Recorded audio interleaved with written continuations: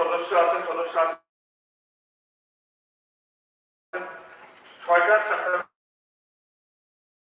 যেতেই পারে না। সবাই মিলে সবার সহযোগিতা চাইছি। প্রথম প্রশ্ন আছেন যুগ্মভাবে স্পিকার বলছি স্যার, আমার এড্রেস সাবস্ক্রিপশন নাম্বার আরো করতে পারেন, দুজনের একই রামন দাস এবং সুবীন্দ্র দেবনাথ মাননীয় বিধায়ক। কোশ্চেন নাম্বার 2, এখানে 1 নম্বর যে প্রশ্ন আপনারা করেছেন, রাজ্যে মোট ডায়েট কলেজের সংখ্যা কত? বর্তমানে রাজ্যে 7টি ডায়েট অর্থাৎ district institute of education and training institute আছে। নাম্বার 2 কোশ্চেন হচ্ছে, নতুন করে ডায়েট কলেজ করার এবং এর জন্য শিক্ষক নিয়োগ করার কোনো পরিকল্পনা সরকারের আছে কিনা? উত্তর ত্রিপুরা জেলার পানিসাগর আরও একটি ডায়েট কলেজের নির্মাণ প্রক্রিয়ার কাজ চলছে এবং আরও শিক্ষক নিয়োগের পরিকল্পনা নেওয়া হয়েছে। 3 নম্বর কোশ্চেন, যদি থাকে তবে কবে নাগাদ শিক্ষক নিয়োগ করা হবে বলে আশা করা যায়? উত্তর হচ্ছে 2023-24 অর্থবর্ষে অর্থ দপ্তর 8টি লেকচারার ডায়েট পদ পূরণের অনুমোদন দিয়েছে এবং সেই অনুসারে পদগুলো পূরণের পদক্ষেপ নেওয়া হয়েছে। 4 নম্বর প্রশ্ন হচ্ছে, ধনপুর বিধানসভার অন্তর্গত ডায়েট কলেজের পঠন পাঠন কর্মসূচি চলতি শিক্ষাবর্ষে চালু করার কোনো পরিকল্পনা সরকারের আছে কিনা? উত্তর হচ্ছে, ধনপুর বিধানসভার অন্তর্গত ডায়েট কলেজে ডিএলএড অর্থাৎ diploma in elementary education teachers training কোর্সে পঠন পাঠন কর্মসূচি চলতি শিক্ষাবর্ষে চালু করা সম্ভব হচ্ছে না, যেহেতু বিষয়টি national council for teacher education NCT এর অনুমোদন সাপেক্ষে। তবে বর্তমান নির্মিত ডায়েট ভবনটি শিক্ষা দপ্তর এসসিআরটি অর্থাৎ state council of educational research training ও জেলা শিক্ষা অধিকার দপ্তর দ্বারা চাকরিরত যারা এই সার্ভিসে আছেন শিক্ষক এবং প্রধান শিক্ষকের শিক্ষণ প্রশিক্ষণ বিষয়ে বিভিন্ন কর্মসূচি রূপায়ণের কাজে ব্যবহৃত হচ্ছে। 5 নম্বর কোশ্চেন হচ্ছে, যদি না হয়ে থাকে তার কারণ? এনসিটি 2021-23 শিক্ষাবর্ষ থেকে নতুন শিক্ষক প্রশিক্ষণ প্রতিষ্ঠানে pre service DElEd teachers training course চালু অনুমোদনের জন্য অনলাইন অফলাইন আবেদন গ্রহণ করছে। সাপ্লিমেন্টারি স্যার, আমার সাপ্লিমেন্টারি হয়েছে যে নতুন ডায়েট কলেজ যে পড়া খোলা হবে সেটা কোন শিক্ষাবর্ষ থেকে চালু করা হবে এবং নতুন ডায়েট কলেজের জন্য যে শিক্ষক কখন নিয়োগ করা হবে। আমি স্যার যতটুকু জানি যে ডায়েট কলেজ ম্যাক্সিমাম ডায়েট যেগুলো আছে সেগুলোর মধ্যে কোনো না কোনো স্কুলের পিজিটি শিক্ষক নিয়োগ দিয়ে চলছে, শিক্ষক নিয়োগ হয়নি। কিন্তু নতুন শিক্ষক কখন নিয়োগ করা হবে এটা আমার আজকে সাপ্লিমেন্টারি স্যার। 2022 সালে ধনপুর বিধানসভায় যখন যাত্রাপুর ডায়েট কলেজ প্রতিষ্ঠা হয়, নবনির্মিত ভবনের উদ্বোধনকালে আমাদের তৎকালীন শিক্ষামন্ত্রী শ্রী রতনলাল মহোদয় নিজে বলেছিলেন যে আমাদের সরকার যদি পুনরায় আমাদের ত্রিপুরা রাজ্যে আসে তখন আমাদের এখানে আমাদের একটা ডিগ্রি কলেজ স্থাপন করা হবে। তো আমি এই মাননীয় মন্ত্রীর কাছে যখন উত্তর চাইবো যে এমন কোনো উদ্যোগ ওনার আছে কিনা।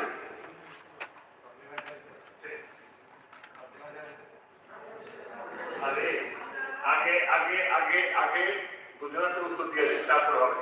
Please please. মাননীয় স্পিকার মহোদয়, এখানে কবে শুরু করা যাব কমপ্লিটলি একটু আগে উত্তর দিয়েছি। এটা ডিপেন্ড করছে national council of teachers education NCT অনুমোদনের। এখন ওরা অফলাইন অনলাইন দিচ্ছে না,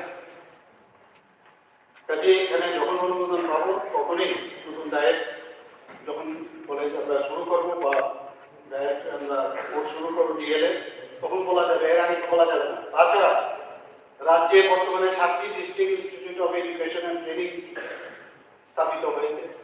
এর মধ্যে 4টি ডায়েট 2 বছরের ডিএলএড কোর্সে চালু রয়েছে। বর্তমানে 4টি কলেজে সর্বমোট 480টি সিট রয়েছে।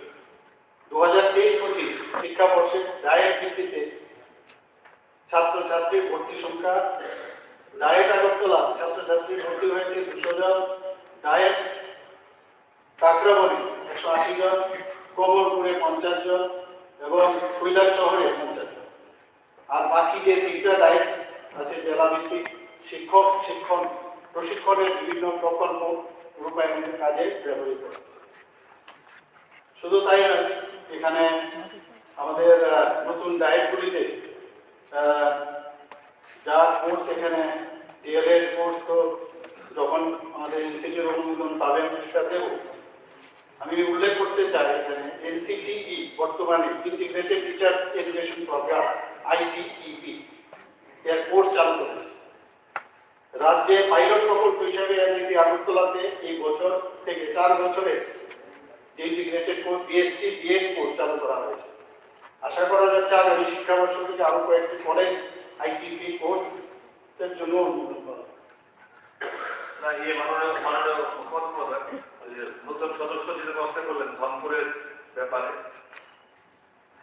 ধনপুরের কি প্রশ্ন ছিল একটা কলেজ চালু হবে নাকি? ডিগ্রি কলেজ এটা পরে চিন্তা ভাবনা করবেন নাকি ডিগ্রি কলেজ? এটা ঠিক আছে স্যার, পরে আমরা দেখবো এটা। ওকে, উপজেলা next question sir. Next no please একটাই প্লিজ নেক্সট কোশ্চেন সে বিশ্ববিদ্যালয়ের বর্মা মহোদয়। Sir, my admitted question number is 12.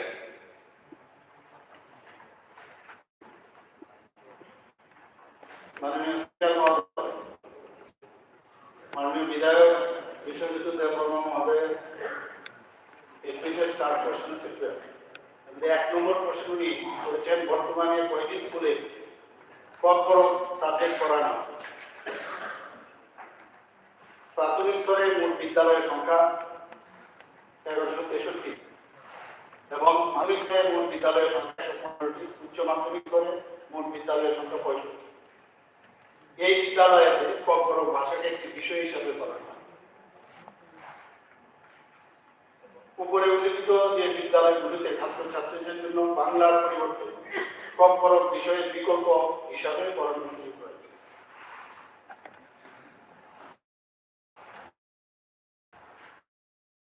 Supplementary, sir. Sir, আমরা জানি ত্রিপুরা রাজ্যে এখন কোয়ালিটি এডুকেশন পড়ানো হচ্ছে। আমরা বিশ্বাস করি যে প্রধানমন্ত্রী সবকা সাথ সবকা বিকাশ সবকা বিশ্বাস ঠিক খুবই একটা ভালো জিনিস, কিন্তু আমরা দেখা যাচ্ছে যেখানে কম সাবজেক্ট প্রত্যেক স্কুলে যে পড়ানো হচ্ছে পুরা কি কম যে যারা কমকে মাস্টার ডিগ্রি অথবা ডিগ্রি শিক্ষকদের দ্বারা পড়ানো হয় কিনা। এবং আমরা জানি ত্রিপুরা রাজ্যে এখন বিএ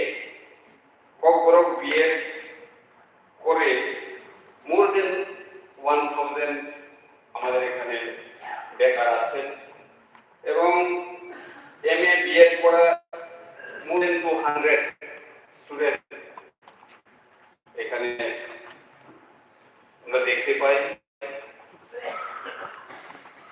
তাহলে গভর্নমেন্টের কি এরকম কোনো প্ল্যান আছে যে ওই সকল যারা BEd করা কম সাবজেক্টে MA করা ওদেরকে নিয়োগ করার পরিকল্পনা? না এটা আপনি সেপারেট কোশ্চেন আনতে পারেন। আপনি একটু সাপ্লিমেন্টারি কি বলুন? সাপ্লিমেন্টারিটা হচ্ছে এখন কম যে সাবজেক্ট ওটাকে পড়ানোর জন্য BEd করা MA করা ওদেরকে নিয়োগ করা হবে কি?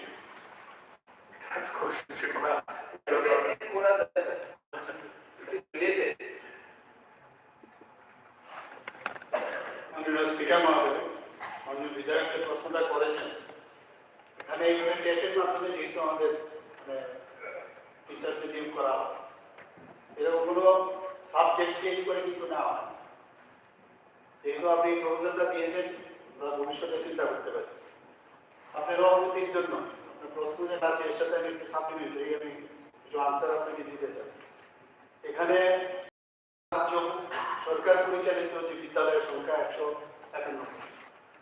টিটিএডিসি পরিচালিত বিদ্যালয়ের সংখ্যা প্রাথমিক স্তরে 952, মোট বিদ্যালয়ের সংখ্যা প্রাথমিক স্তরে 1063।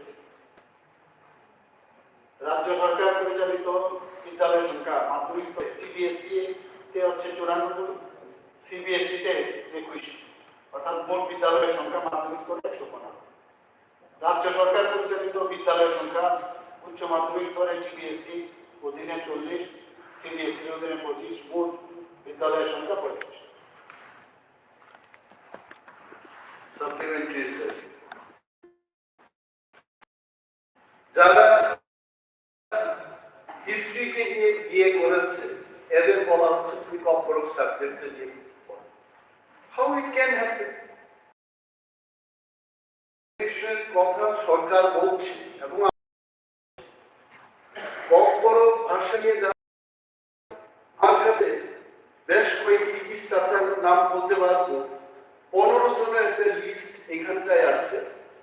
তার মধ্যে only one teacher দেবকন্যা দেবপাল কম্পোরকে পিএইচডি করেছে এবং কম্পোরক করেছে।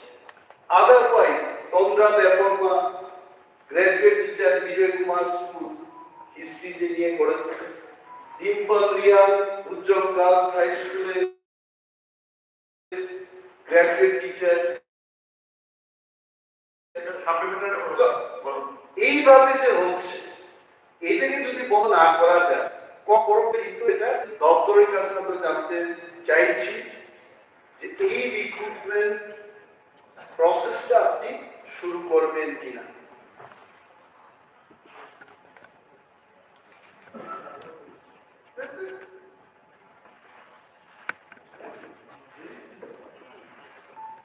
মাননীয় স্পিকার মহোদয়,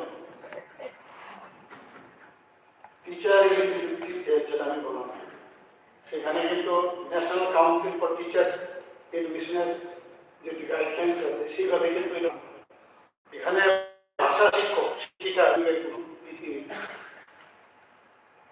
যারা যে ভাষাটা ওখানে জানে, ভাষা যদি জানে তাদেরকেই আমরা সেখানে আমরা তাদেরকে ওই ভাষা পড়ানোর জন্য আমরা সেই সুযোগ।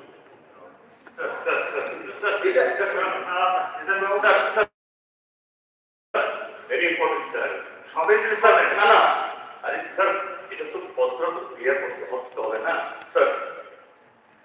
মাননীয় মুখ্যমন্ত্রী বলছেন টিচার এলিজিবিলিটি টেস্টের মাধ্যমে রিক্রুট হচ্ছে। That is a process. Teacher টিইটির মাধ্যমে ম্যাথমেটিক্সের পোস্ট ক্লিয়ার রিক্রুট হতে পারে, ফিজিক্সের হতে পারে, সংস্কৃত হতে পারে, কিন্তু without having the post created for subject, how can you get that quality or that particular subject teacher? কাজে মাননীয় মুখ্যমন্ত্রী স্যার আপনার মাধ্যমে জিজ্ঞেস করতে চাইছি যে এখন অ্যাভেলেবল মাননীয় সুগত তারপর আমাদের বলেছে there are available teachers that have done their PhD, কাজে এখন আর সেই অভাব নেই। তাহলে পোস্ট ক্রিয়েট করতে হবে, then that post may be recruited through TET. এটা হবে কিনা?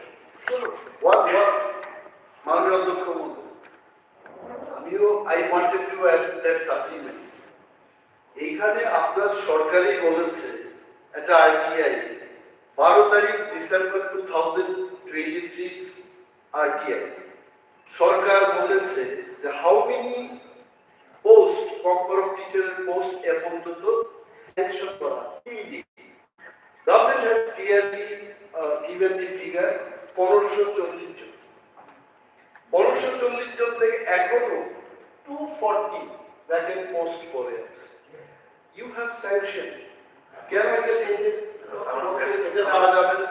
So we just want to know from মাননীয় স্পিকার মহোদয়, কেমিস্ট্রি কম্পোরকের টিচারটা, ফিজিক্সের কম্পোরকের টিচারটা এটা হবে কোনদিন না, সেটা তো বলছিলাম ভাষা ভিত্তিক তো ভাষা মানুষদের বাবু ভাষা ভিত্তিক তো ট্রেন হয় না, একজন ট্রেন নিয়ে এলেন।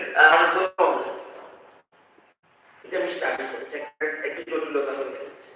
দুটো পরীক্ষা আছে, 1 থেকে 8 পর্যন্ত।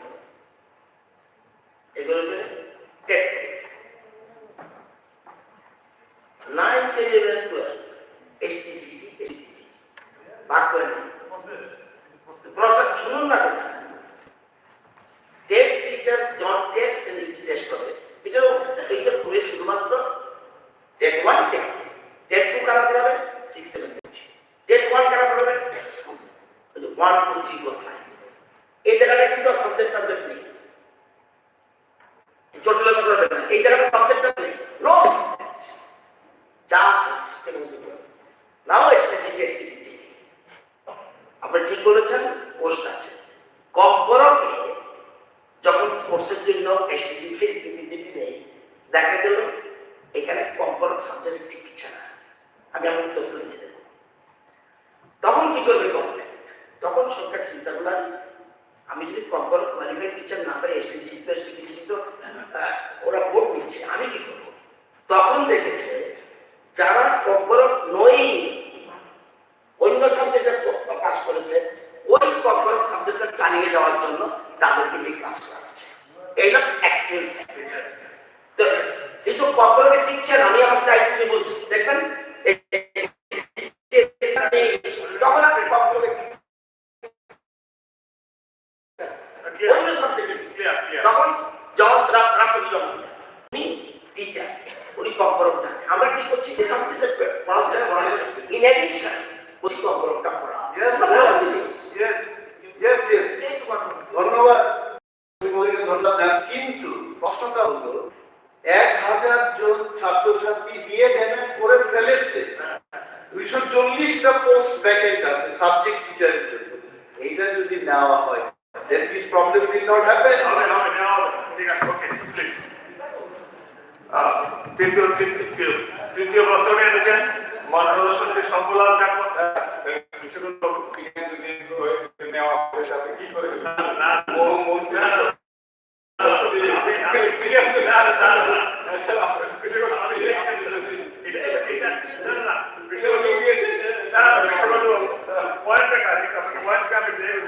এটা অনগোয়িং প্রসেস, অটোমেটিকলি সিস্টেম। এটা যদি এখন বলেন স্পিকার আমাকে নিরুৎসুক করে মনে রাখতে হবে, এটা ভালো যাচ্ছে। স্যার আমার বলুন। থার্ড কোয়েশ্চন নাম্বার 15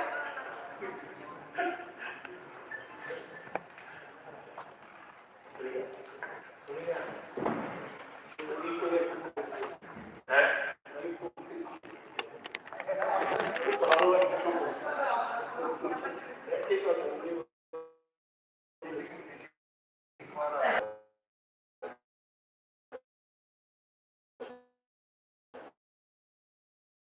ধলাই জেলার ছাউনি ব্লক এলাকার আন্তঃস্থিত ধন্যরাম কারবারি পাড়া উচ্চ বিদ্যালয়টিকে দ্বাদশ শ্রেণী বিদ্যালয়ে উন্নীত করার একটি প্রস্তাব দপ্তরে জমা পড়েছে।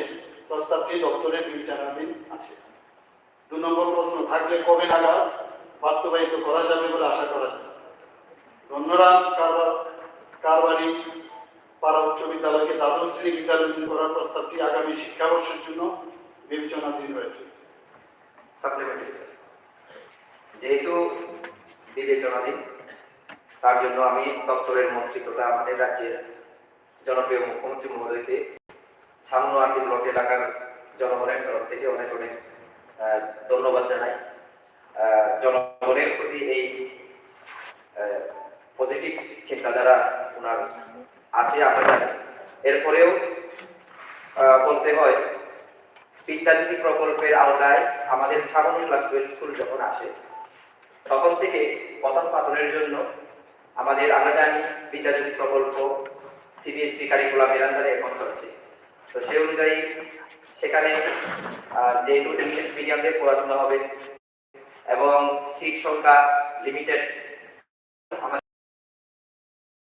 আমাদের ব্লকের সামনে এলাকায় আমপুরিটাও সামনে এলাকাতেই, তো সেখানে বহু সংখ্যক স্টুডেন্টস এখন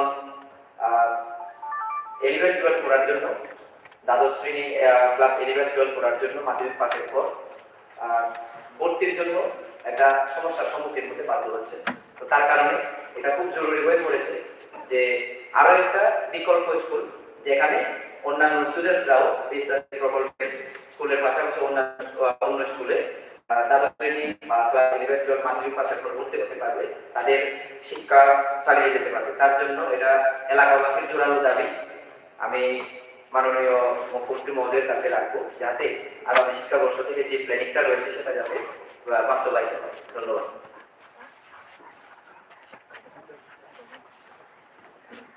সদস্যরা প্রস্তাব রয়েছেন মাননীয় সদস্য শ্রী রঞ্জিত দেববর্মা স্যার এর মধ্যে সাপ্লিমেন্টারি করছে বলুন। মাননীয় বিধায়ক সমুলা চাকমা যে বিষয়টা উত্থাপন করেছেন আমারও খুব ইম্পর্টেন্ট একটা বিষয়। আমাদের কুমারঘাটে একমাত্র যেটা ক্লাস 10 স্কুল কাবিয়াতলা ক্লাস 10 স্কুল ইতিমধ্যে বিদ্যাজ্যোতি আওতায় সেই স্কুলটা এসে গিয়েছে।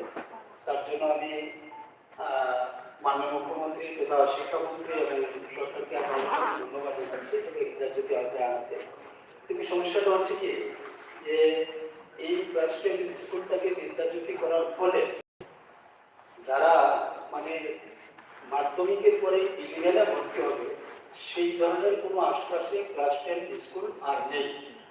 অতএব মানে ছাত্রছাত্রীরা বিশেষ করে অভিভাবকরা অন্য হয়ে করছে একটা বিপাকে পড়ে গিয়েছে। তো আমি সেই জায়গাতে এইটুকু আমার আবেদন থাকবে যে আমাদের কুমারঘাট শহর সংলগ্ন যে দুটি স্কুল রয়েছে, একটা হচ্ছে নয়দ্রুন ক্লাস 10 স্কুল রয়েছে এবং আরেকটা রয়েছে কলোনি ক্লাস 10 স্কুল। দুটির মধ্যে যে কোনো একটি স্কুলকে যদি ক্লাস 10 স্কুল করা হয় তাহলে আমাদের এই অঞ্চলের মানে শত শত ছাত্রছাত্রীদের জন্য সুবিধা হবে এবং অভিভাবকদের সেই সমস্যাটা হবে। অতএব আমার বিলম্বভাবে অনুরোধ থাকবে যে ওই সব ছাত্রছাত্রীদের যে কোনো একটা বিদ্যালয়তে যদি ক্লাস 10 স্কুল করা হয় অনেক সুবিধা হবে। কালকে রতনবাবু একটা কথা বলেছিল, এটাকে সবাই অনুধাবন করা উচিত। সরাসরি মাননীয় মন্ত্রী মহাশয় দেখা করে চিঠি দিয়ে সব প্রস্তাবিত করে দিয়ে যে আমরা এটা বুঝতে পারি তাহলে কুইক হয়, ঠিক আছে না বলুন।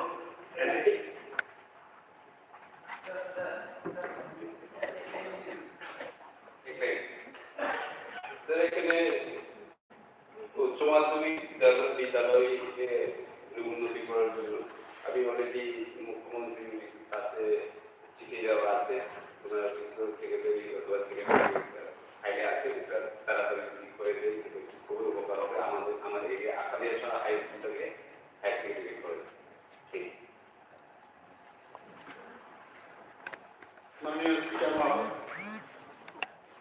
প্রতি বছর দপ্তর বিদ্যালয় কর্তৃপক্ষ জেলা শিক্ষা আধিকারিক জনপ্রতিনিধি থেকে প্রাপ্ত বিদ্যালয় উন্নতিকরণের প্রস্তাবগুলো মেট্রিক ক্লাসকে বিচার এবং তারপর ভিত্তি করে প্রায়োরিটি বেস উন্নতিকরণ সম্পর্কে সিদ্ধান্ত নেয়।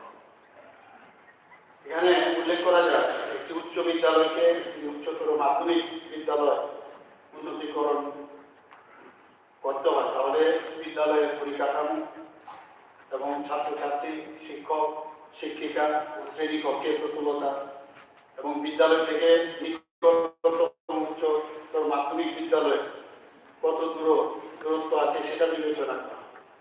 তাছাড়া বিবেচনা করে তারপরে সেভাবে যদি এখানে প্রপোজাল আছে নিশ্চয়। মাননীয় সদস্য শ্রী রঞ্জিত দেববর্মা মহোদয়। Honorable Speaker, sir, my admitted is the question number 2.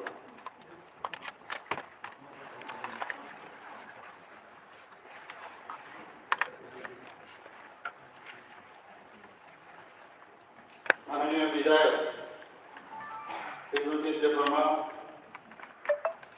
মহোদয় যে কোশ্চেন এডমিটেড কোশ্চেন নাম্বার 32 এক নম্বর কোশ্চেন উনি লিখেছেন রামচন্দ্রঘাট বিধানসভা কেন্দ্রের রঘুপুর এবং আমপুরা দ্বাদশ শ্রেণী বিদ্যালয় মাধ্যমিক পরীক্ষার স্যার স্যার আমি 41টা বলছি, আমি 39টা বলছি না, 41টা বলছি।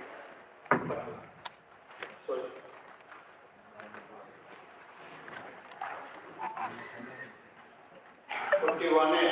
উনি প্রশ্ন করেছেন এক নম্বরে রামচন্দ্রঘাট বিধানসভা কেন্দ্রের অন্তর্গত বাইজালবাড়ি দ্বাদশ শ্রেণী বিদ্যালয়কে বিদ্যাজ্যোতি প্রকল্পের আওতায় আনার কোনো পরিকল্পনা দপ্তরে রয়েছে। উত্তর হচ্ছে রামচন্দ্রঘাট বিধানসভা কেন্দ্রের অন্তর্গত বাইজালবাড়ি দ্বাদশ শ্রেণী বিদ্যালয়কে বিদ্যাজ্যোতি প্রকল্পের আওতাভুক্ত করার কোনো পরিকল্পনা বিদ্যালয় শিক্ষা দপ্তরের আওতায়। 2 নম্বর প্রশ্ন, উত্তর বিদ্যালয়ে নতুন বিল্ডিং তৈরি করার জন্য রাজ্য সরকারের কোনো পরিকল্পনা আছে কিনা? উত্তর হচ্ছে বাইজলবাড়ি দ্বাদশ শ্রেণী বিদ্যালয়ে নতুন বিল্ডিং তৈরি করার জন্য রাজ্য সরকারের শিক্ষা দপ্তরের পরিকল্পনা রয়েছে। 3 নম্বর হচ্ছে থাকলে কবে নাগাদ বাস্তবায়ন হবে বলে আশা করা যায়? উত্তর, উক্ত বিদ্যালয়ে নতুন বিল্ডিং তৈরি করার জন্য প্রয়োজনীয় অর্থ বরাদ্দের জন্য এনইসি অর্থাৎ নর্থ ইস্ট কাউন্সিল 13.24 কোটি টাকা বরাদ্দের প্রকল্প উক্ত প্রশ্নের উত্তর 2 নম্বর এবং 3 নম্বর প্রশ্ন দেওয়া হয়। স্যার সাপ্লিমেন্টারি স্যার 2017 সালে ওই বাইজলবাড়ি দ্বাদশ শ্রেণী বিদ্যালয়টা আগুনিতে বা কারা দুষ্কৃতীরা পুড়ে দিয়েছিল, এই ব্যাপারে আমি মাননীয় শিক্ষা দপ্তরের ভারপ্রাপ্ত মন্ত্রী তথা মুখ্যমন্ত্রী মহোদয়কে একটা চিঠি দিয়েছিলাম রিপেয়ার করার জন্য, দ্রুত রিপেয়ার করে দেওয়ার জন্য, কিন্তু সেই চিঠির উত্তর আজও পাইনি এবং সেখানে রিপেয়ার করার জন্য অনুমোদন পেয়েছি কিনা না আমার জানা নেই। তারপর ডিস্ট্রিক্ট এডুকেশন অফিস থেকে একটা প্রপোজাল পাঠানো হয়েছে, এখানে 8 কোটি সামথিং এরকম। আমিও নিজেও ওই কপিটা নিয়ে আমিও মাননীয় এডুকেশন মন্ত্রী তথা মাননীয় চিফ মিনিস্টার কাছে লিখেছিলাম যে এটা তাড়াতাড়ি ওই ডিপিআর কপি সহ আমি দিয়েছিলাম ওইটা অনুমোদনের জন্য। যদি তাড়াতাড়ি মানে নিজেকে করা যায় তো এটা খুব ভালো হবে। খুব কষ্ট করে সেখানে স্কুলটা চলছে, বিষয়টার জন্য গুরুত্ব সহকারে দেখার জন্য আমি অনুরোধ করতে চাই। উনি আমার কাছে গিয়েছিলেন এবং তার সাথে দপ্তরকে গিয়েছি এবং প্রক্রিয়ায় আছে এবং আমি আবার দেখবো এটা ঠিক জায়গায়। মাননীয় সদস্য শ্রী রাহুল দাস মহোদয়, সরি মাননীয় সচিব অনিমেষ দেব মহোদয়। Number 91.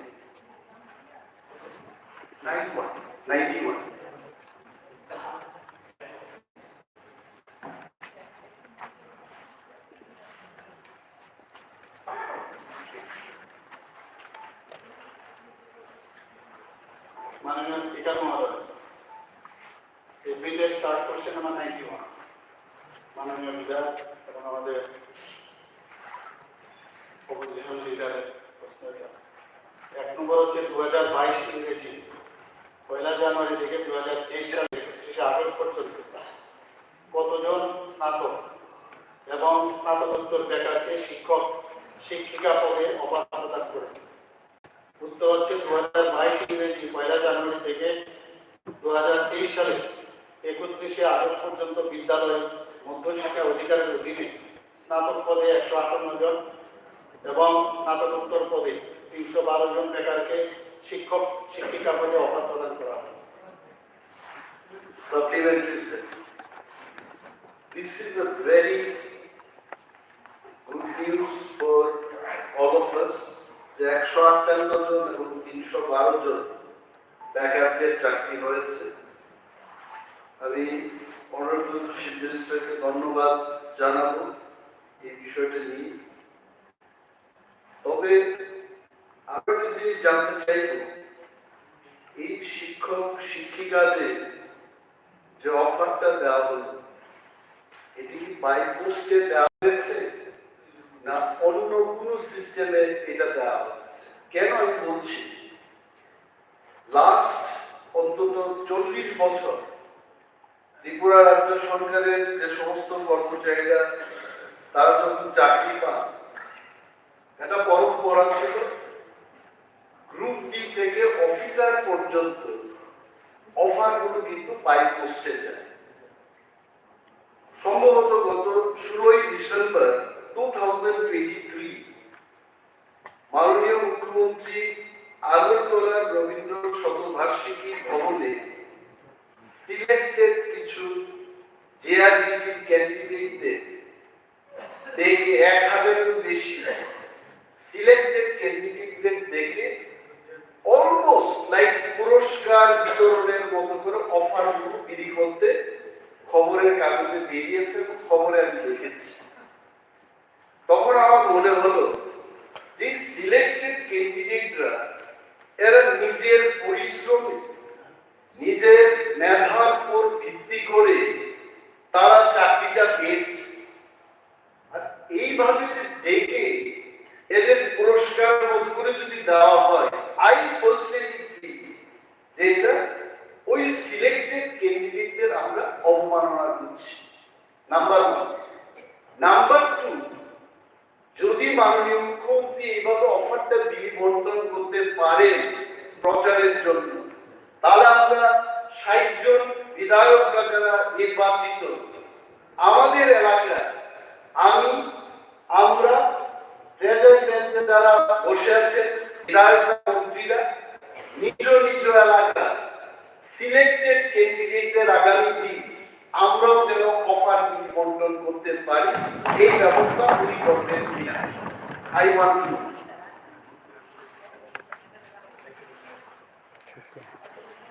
টু মাননীয় স্পিকার মহোদয়,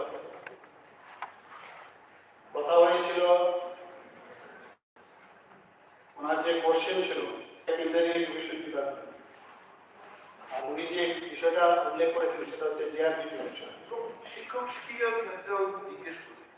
যাই হোক, এখন কথা হচ্ছে যে অনেক কিছুই তো আগে অনেক কিছু হয়নি, প্রতি ঘরে সুশাসন এখন আমরা ঘরে ঘরে দিচ্ছি, আগে তো দিত না, দিত এইভাবে। তো চেঞ্জ হচ্ছে, আমরা দিচ্ছি, এর মধ্যে কোনো অসুবিধার কোনো কারণ থাকতে পারে। ফেয়ারনেস আছে এর মধ্যে, আপনি দেখতে হবে এর মধ্যে কোনো ফেয়ারনেসের সমস্যা আছে। আমাদের সুযোগ দেওয়া হবে কিনা আমি এটা জিজ্ঞেস করি। নেক্সট টাইম আমরা যখন সবাইকে দেওয়ার সুযোগ থাকবো থাকবে, তারপরে অবশ্যই will be part of it.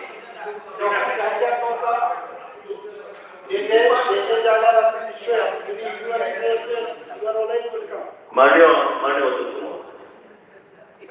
সম্মানিত বিরোধী দলের নেতা যেটা বললেন,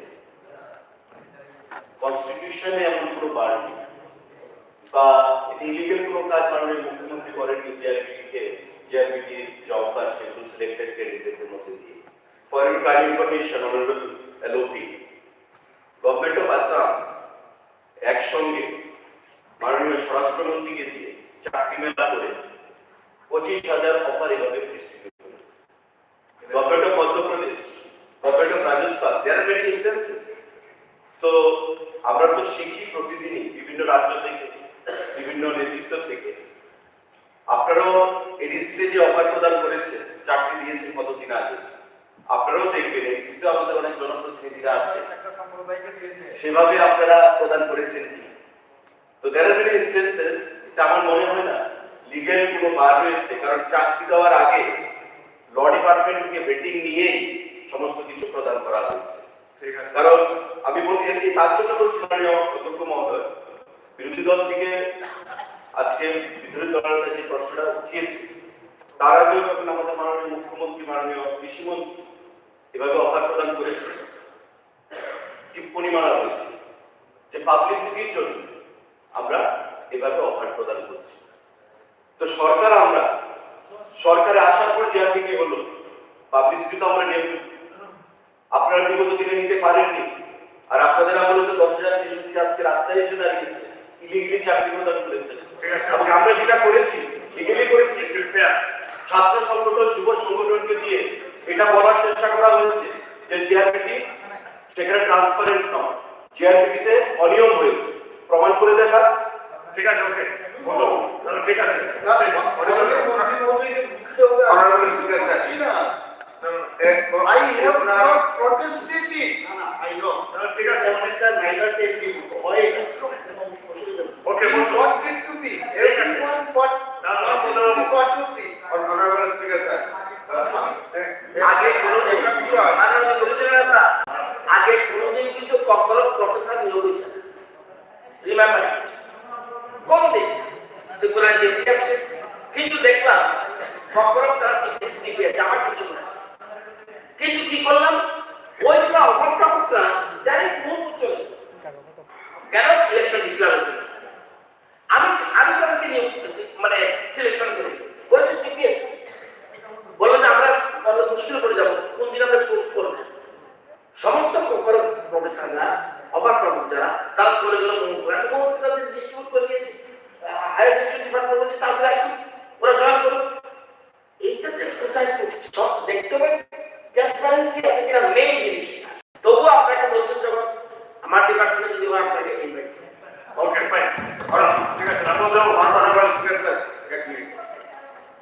ওনারা আইটিসি কে পরিচালিত, যে ব্রাহ্মণ পরিচালিত, ওইখানে একটা সম্প্রদায়কে চাকরি দিচ্ছে, ওকে, একটা সম্প্রদায় ঠিক আছে। অন্য কেউ ওখানে কন্ট্রিবিউট ঠিক আছে, ঠিক আছে। এরপরে ও এখান থেকে স্যার উনি এনসির বাবা ছিল, উনি একসময় এনসির বাবা করে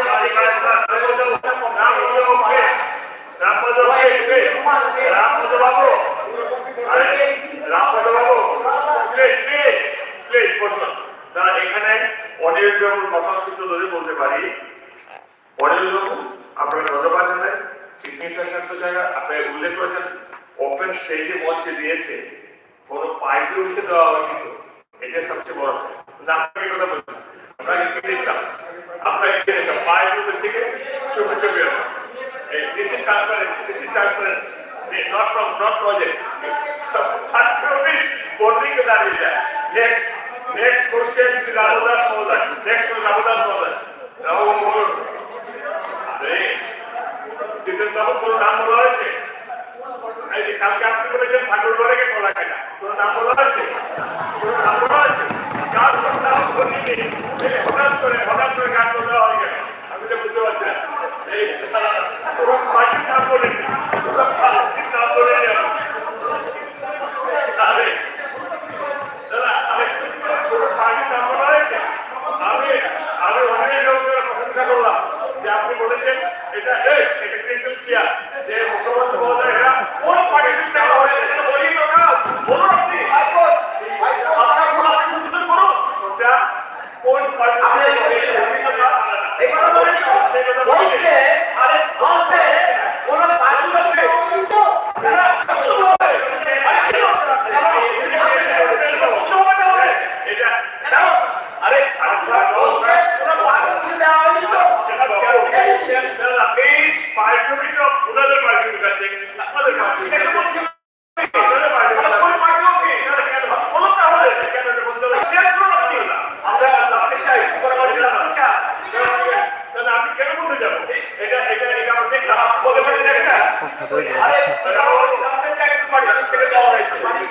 বাবু please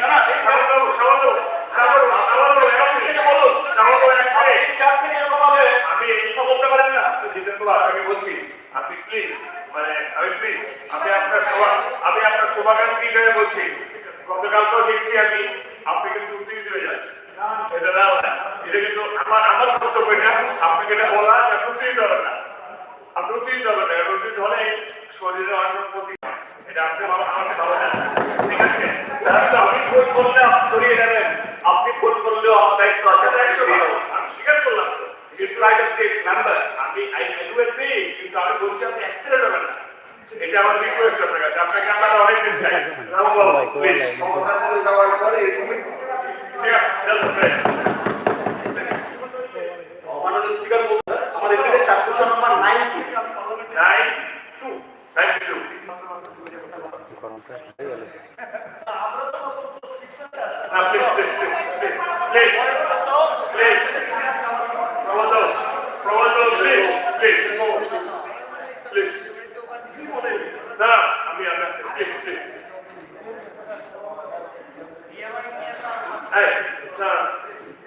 Repeated start question number 92 by Sri Ramadas মাননীয় বিধায়ক।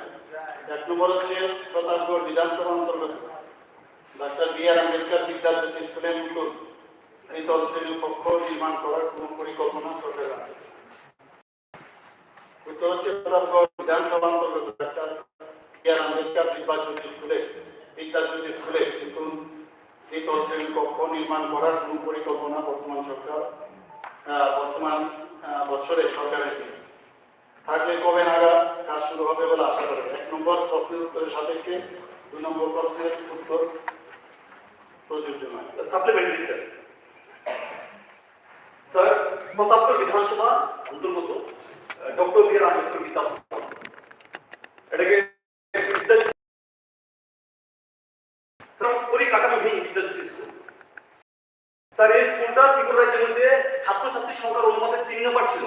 একবার ছিল তুলসীপতি স্কুল, 2 নম্বর বেলাবর, 3 নম্বর ডক্টর বি আর আম্বেদকর স্কুল। প্রায় 8,000 থেকে 3,000 ছাত্রছাত্রী ছিল। আমি বিধানসভা অধিবেশন শুরু হয়েছে 5 তারিখ, আমি ভিজিট করেছি স্কুলে। এখন ছাত্রছাত্রী এই গ্রেডে এসেছে 1040 জন। স্যার, এই স্কুলে বামপন সরকারের আমলে হাউজিং বোর্ডকে দায়িত্ব দেওয়া হয়েছিল এবং 8 কোটি টাকা দেওয়া হয়েছিল স্কুলকে দ্বিতীয় শ্রেণীকক্ষ বানানোর জন্য, তৈরি করার জন্য। স্যার, কোথায় আছে এখন? এখন কি বলছে? এখন পরিকল্পনা নেই।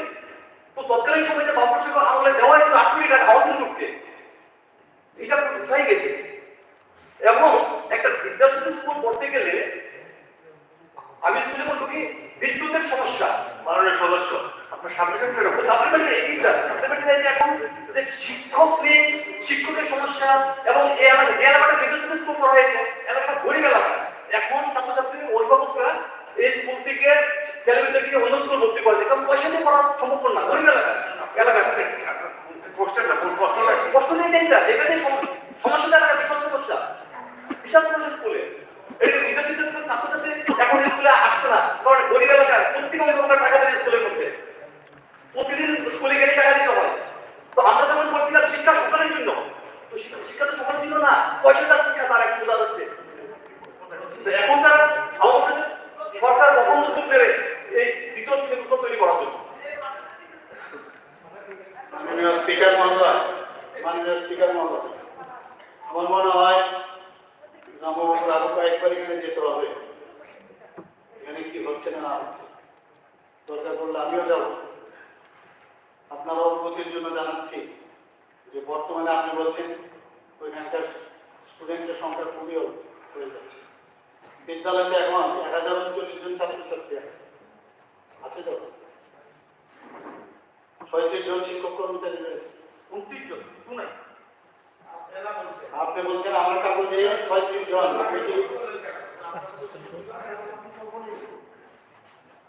13টি শ্রেণীকক্ষ আছে, 7টি অন্যান্য কক্ষ এখানে রয়েছে, একটি করে বয়েজ এন্ড গার্লস টয়লেট আছে। দ্বিতল ভবন নির্মাণে যেটা আমি বললাম কোনো পরিকল্পনা না থাকলেও রেজলিউশন অফ 100 বিদ্যালয় স্কুল প্রজেক্টের অধীনে বিদ্যালয়টিতে এডিশনাল ক্লাসরুম 6টি, হেডমাস্টার রুম 1টি, সায়েন্স ল্যাব 1টি, লাইব্রেরি 1টি, 200 মিটার সীমানা দেওয়াল ও সাইকেল স্ট্যান্ড নির্মাণে 280 লক্ষ টাকা মঞ্জুরি করা হয়েছে। বিশেষ করে এবং এই কাজটি আরডি দপ্তরকে দেওয়া হয়েছে এবং এই কাজগুলো যখন হবে তখন সেই কক্ষে সংকট থাকবে না এবং যে কারণে বিদ্যাজ্যোতি স্কুল প্রকল্প আমরা চালু করি সেই সমস্যার সমাধান। খালি উপর দিকেই উঠল সবকিছু ঠিক আছে। সাপ্লিমেন্টারি স্যার, বিদ্যাজ্যোতি স্কুলে এখন পর্যন্ত কতটা পোস্ট ক্রিয়েট করা হয়েছে? সেখানে প্রশ্ন করবেন, এটা তো আজকে কোশ্চেন কিভাবে দেবেন, এটা উত্তর দিতে পারবে কি? হ্যাঁ, সেপারেট কোশ্চেন করবে, নিশ্চয় দিয়ে দেওয়া হবে। পরবর্তী 7ম নম্বর প্রশ্ন আছেন মাননীয় সদস্য শ্রী মনোজ কান্তি দেব মহোদয়। Honorable Speaker, sir, my third question, 97.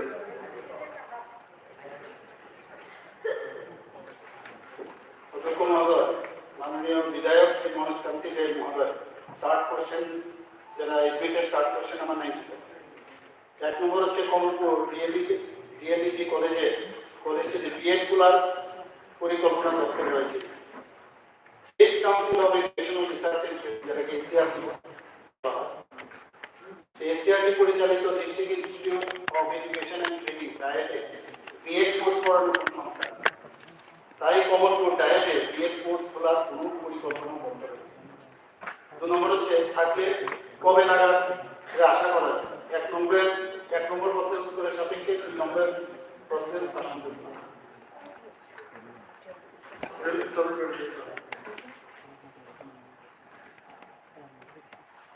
কমলপুরে গিয়ে করে যাচ্ছে, ছাত্রছাত্রীদের পড়াশোনা করছে।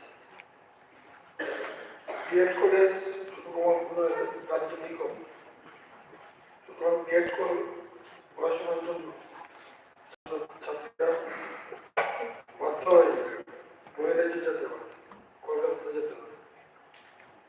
তো অবস্থার কথা বিবেচনা করে মাননীয় মুখ্যমন্ত্রী যদি উদ্যোগ গ্রহণ করে যে স্পেশাল ডিস্ট্রিক্ট ধরে দিয়ে একটা বিএড কলেজ খোলা উদ্যোগ গ্রহণ করে, তাহলে ছাত্রছাত্রীরা উপকৃত হবে এবং পড়াশোনা শুরু করবে। মাননীয় স্পিকার মহোদয়, এই তো প্রশ্নটা ছিল ডায়েট কলেজের মধ্যে বিএড কোর্সের বিষয়। সেখানে কিন্তু এসিআই পরিচালিত ডায়েট যে কলেজগুলোতে বিএড কোর্সে চালু নেই। বিএড কোর্স চালু সংক্রান্ত বিষয়টি উচ্চশিক্ষা দপ্তরের অধীনস্থ, তাই কোনো ডায়েটে বিএড কোর্স চালু বিষয়টি এসিআই এর ক্ষেত্রে প্রযোজ্য না। এখানে উল্লেখ্য যে একটু আগেও আমি বলেছি মাননীয় একজন সদস্যের উত্তরে যে এখানে ইন্টিগ্রেটেড বিএসসি বিএড কোর্স এখানে এনআইটিতে পাইলট প্রজেক্ট হিসেবে চালু হয়েছে এবং বাকি উনি যে বিষয়টা এনেছেন আমি দপ্তরের সাথে কথা বলে মাননীয় সদস্য শ্রী ইসলামউদ্দিন স্যার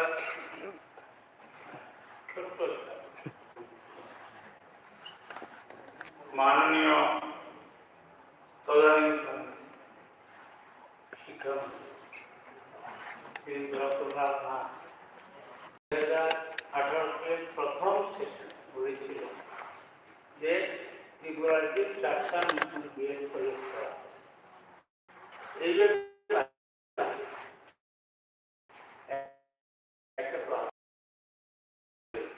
সরকারি বিএড কলেজ করা, আর এখন বর্তমানে এই আগরতলাস্থিত বিএড কলেজ ছাড়া এই 4টার মধ্যে কয়টা করা হয়? না এটা সেপারেট কোশ্চেন, এটা তো আজকে উত্তর দিতে হবে, প্রিপেয়ার বিএড কলেজের প্রিপেয়ার না, উনি তো উত্তর দিবেন কখন স্যার? সাপ্লিমেন্টারি উত্তর আপনি দেবেন, আমি প্রথম দেব। আরে আমি দিচ্ছি না তো, আমি কি দেখলাম আপনি পার্টি বললেন স্যার বিএড কলেজ সম্বন্ধে বলছি, আজ থেকে 5 বছর আগে বলেছিল 4টা বিএড কলেজ হবে। আরে আপনি যদি কোশ্চেন আনতেন কটা বিএড কলেজ হয়ে আরে স্যার একটা কথা বলি, মাননীয় মুখ্যমন্ত্রী ডক্টর মানিক স্যার তো আছেন, এখানে দেখছেন, আপনি তো দেখছেন না, সুতরাং উনি বলুন না, আমি দেখছি আপনি সাপ্লিমেন্টারি উত্তর দিচ্ছেন। আপনি আরে কোথেকে দেখছেন, কোথেকে বলছেন এগুলো? আপনি বলেন পার্টিতে অবাধ যাও, মাননীয় মুখ্যমন্ত্রী যেটা করেছে ভালোই করেছে, নতুন কিছু আপনি তো ধন্যবাদ জানিয়েছে এলওপি। আমি আর আপনি যখন মাথামাঝি বসতাম আপনি বলেছেন 100 পয়সার কথাবার্তা, আপনি সুদীপ বাবু আগে আপনি যখন বলেছেন তখন বিরোধী নেতা বিরোধী দলের ছিলেন, এখন চেয়ারে বসে সাপ্লিমেন্টারি উত্তর দেবে না, সামনের লোকজন না, আপনি যা বলছিলেন না না। আপনার কোশ্চেনটা কি? স্যার গত 5 বছরে কয়টা বিএড কলেজ হয়েছে? এখানে বিএড কলেজ 11, 4টার কথা বলেছিলেন তদানীন্তন মাননীয় শিক্ষামন্ত্রী। এবার যে 5 বছরে কয়টা নতুন বিএড কলেজ সরকারি? মাননীয় মুখ্যমন্ত্রী মহোদয়, আমি প্রিপেয়ার টুডে।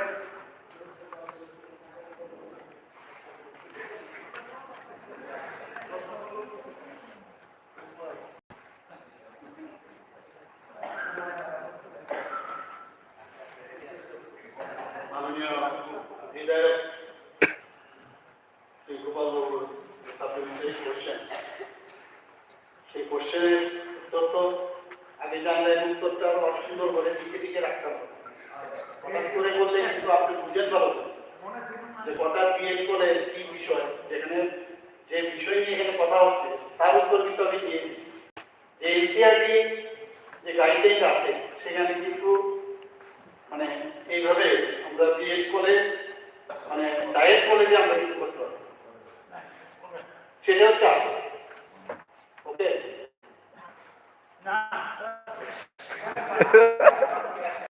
গভর্নমেন্টের আপনার উত্তরটা আমি বলছি, গভর্নমেন্টের এখন দুটো কলেজ আছে আর নন গভর্নমেন্টের আছে 4। আমি নন গভর্নমেন্ট চাইছি, ওকে, মাত্র আমি দেখছি ইটস বছরে কয়টা নতুন বিএড করে Okay, Ishwar, follow Ishwar, please. Now, Mr. Islamabad Sahib Mohan. Speaker sir, আমার এডমিটেড কোয়েশ্চেন নাম্বার 106।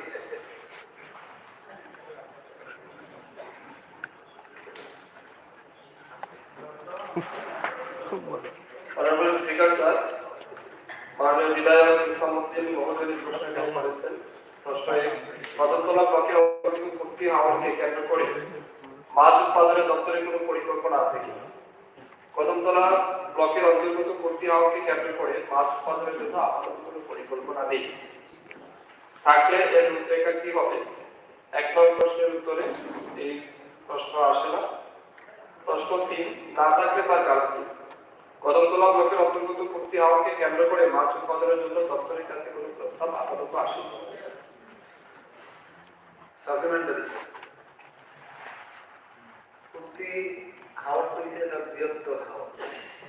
এই হাওড়ের গভীরতা এখন কমে গেছে, 8 থেকে 9 মাস জল থাকে এবং এই হাওড়কে কেন্দ্র করে 7টা গ্রাম পঞ্চায়েত আছে: কুর্তি, তারাপুর, রাজনগর, খালাগানি ব্যাপার। তো এই হাওড়ের মধ্যে প্রায় 500-র উপরে ওপেন ফিশারি আছে, যেটা বর্ষার সময়ে প্রায় 3 থেকে 3,500 পরিবার সেখানে মাছ ধরে। বিগত সময় বিভিন্ন সময়ে এই হাওরকে কেন্দ্র করে ওই পঞ্চায়েত বিভিন্ন দপ্তর, বিশেষ করে ফিশারি দপ্তরের মাধ্যমে, রেগার মাধ্যমে কয়েকশো ফিশারি করে দেওয়া হয়েছে। আমার প্রস্তাব থাকবে, আমার মাননীয় মন্ত্রীর কাছে আমার বক্তব্য থাকবে, প্রশ্ন থাকবে যে প্রতি হাওরকে কেন্দ্র করে এই হাওরের মধ্যে যারা যারা জমি রয়েছে, জমির মালিক রয়েছেন, এই সমস্ত পরিবারের যারা সদস্য রয়েছেন, এসএইচজি দল গঠন করে 7-8খানি বা 10খানি এরকম ফিশারি রয়েছে, আরো ফিশারি করা যায় কিনা মাছ উৎপাদনের জন্য।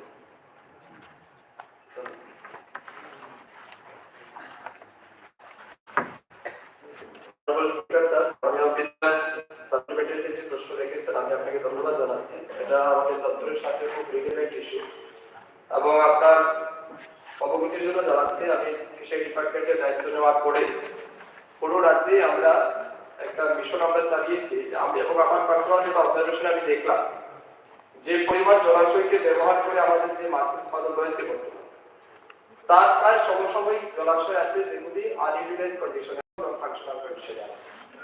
তো আমরা দপ্তরকে নির্দেশ দিয়েছি যে পুরো স্টেজে কি পরিমাণ আনইউটিলাইজ ওয়াটার বডিজ রয়েছে সেটাকে আইডেন্টিফাই করার জন্য, এবং আমরা সেটার জন্য একটা পরিকল্পনা নিয়েছি যাতে আগামী 24 এবং 25 অর্থ বছরে এই আনইউটিলাইজ ওয়াটার বডিজগুলিকে যেন আমরা ফাংশনাল করতে পারি এবং মাছের উৎপাদন আমরা বৃদ্ধি করতে পারি।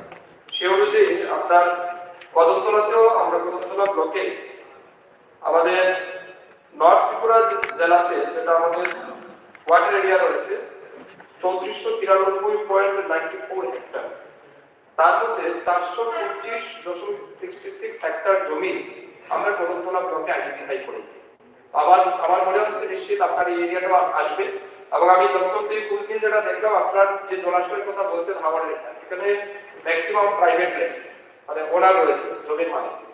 তো আমি আপনাকে অনুরোধ রাখবো আপনার লোকাল থেকে একটা প্রপোজাল আমাদের কাছে পাঠান, ওই জন্য আপনিও পাঠাতে পারেন। আমরা সিমিলারলি আরেকটা প্রজেক্ট নিয়েছি আমাদের অনুভূতিতে, যেটা সপ্তমিয়ার হাওড় আমরা একোয়াপার করার প্ল্যান করেছি, এবং পুরো স্টেটে আমাদের পরিকল্পনা আছে। ইতিমধ্যে আমরা সেন্ট্রাল গভর্নমেন্টের কাছে একটা প্রপোজাল পাঠিয়েছি পুরো স্টেট থেকে। এখন পর্যন্ত প্রায় আমরা 3493.94 হেক্টরকে আইডেন্টিফাই করে আমরা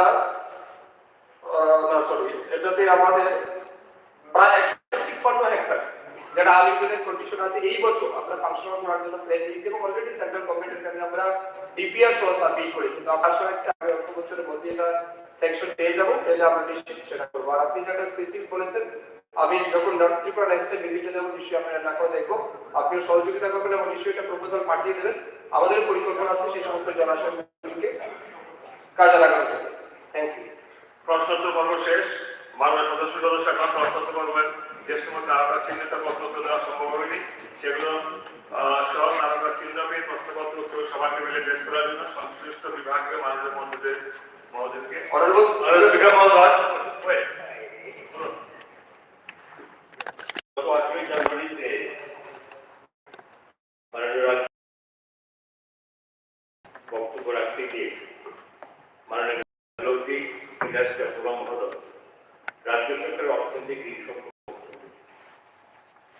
ওই সম্পর্কিত বিষয়ে আমি সবাইকে অবহিত করতে চাই। আপনার অনুরোধ করব।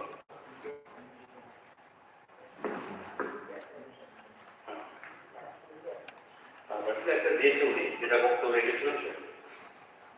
অ্যাকচুয়ালি রাজ্য সরকার ঋণ সম্পর্কিত ব্যাপারে গত বাজেট অধিবেশন আমরা এই সভাতে আমরা মানে প্রত্যন্ত দেয়ার আমরা বলার চেষ্টা করেছি।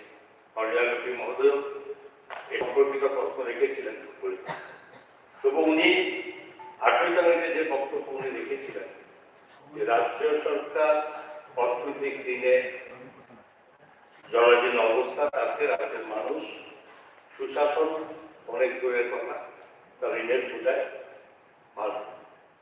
আমি ওনার আবারও অবগতির জন্য আমি কি করতাম, রাজ্য সরকারের অর্থনৈতিক পরিস্থিতি কি তাহলে আজকে সভাতে আমি ব্যক্ত করছি। প্রথমে রাজ্য সরকারের ঋণ 31/2018 পর্যন্ত ছিল, উনি বলেছেন 12,903 কোটি টাকা, এবং 31/2023 পর্যন্ত গিয়ে দাঁড়িয়েছে এটা 21,687 কোটি টাকা। এটা উনি বলেছেন। তো আমি এটা একটা সঙ্গে বলি যে এই প্রসঙ্গে যে আমরা এই বিগত আমাদের সরকারের সময় 8,784 কোটি টাকা আমরা বেশি ঋণ নিয়েছি। ওই সময় 2017-18 আমরা সরকার আসার আগে রাজ্য সরকারের ওই সময় বাজেট ছিল 15,956.56 কোটি টাকা। আমরা 2022 অর্থ বছরে এই রাজ্যের বাজেট আমরা 26,892.67 কোটি টাকা আমরা বাজেট রেখেছি। ডিফারেন্স ডাবল না হলেও তার থেকে কম। এই প্রসঙ্গে বলে যে বর্তমান সরকার 22 অর্থ বছরে যে আমরা ঋণ নিয়েছি, এই ঋণটা কোন কোন খাতে 6 বছর আমরা ঋণ নিয়েছি তা আমি টোটাল আমি একটা পয়েন্ট করে বলি। যেমন একটা কথাতে ব্যাক টু ব্যাক লোন, এটা ভারত সরকারের যে একটা জিএসটি কম্পেনশন বাবদ একটা টাকা আমাদেরকে দিয়ে থাকে। এটা আমরা সকলে জানি যে এই টাকাটা যেহেতু কোভিডের ছিল ওই সময় ভারত সরকারের অনেক ক্ষেত্রে কিছুটা তাদের ইয়ে ছিল, এবং কিন্তু সেখানে 627.37 কোটি টাকা আমাদেরকে এই টাকাটা আমাদেরকে দেওয়া হয়েছে। কিন্তু সেটা টাকা ফেরত দেবে ভারত সরকার, সেও ফেরত দেবে কবে? 50 বছর পরে, এবং তার জন্য 1 টাকা আমাদেরকে সুদ বহন করতে হবে না। কিন্তু এই 627.37 কোটি টাকা আমাদের রাজ্যে এটা ঋণের সঙ্গে যুক্ত করে দেওয়া, এটা এটাই সিস্টেম। যেমন second point, special assistance for capital investment, এই লোন বাবদ 768.33 কোটি টাকা, এই ঋণও 50 বছরের জন্য, এবং সেটা সুদে, এবং এই টাকাটা আমরা 50 বছরে আমরা সুদ ছাড়া এই টাকাটা 50 বছরে এটা আমরা ফেরত দেব। তাহলে এই লোন, এটাও লোন হিসেবে দিতে হবে, কিন্তু কোনো সুদ আমাদের দিতে হচ্ছে, এবং এটা স্বাভাবিকভাবেই এই ধরনের সুযোগ দেশের প্রধানমন্ত্রীর এই নেতৃত্বের সরকার যেভাবে সুযোগ দিচ্ছে, আমরা ডেভেলপমেন্টের সঙ্গে আরো বেশি করে যুক্ত হওয়ার সুযোগ আমাদের বৃদ্ধি হচ্ছে, কিন্তু রাজ্য সরকার সেখানে কোনো সুযোগ বন্ধ করতে হবে। ঠিক থার্ড, এক্সটার্নালি এডেড প্রজেক্ট, এটা খুব ইম্পর্টেন্ট।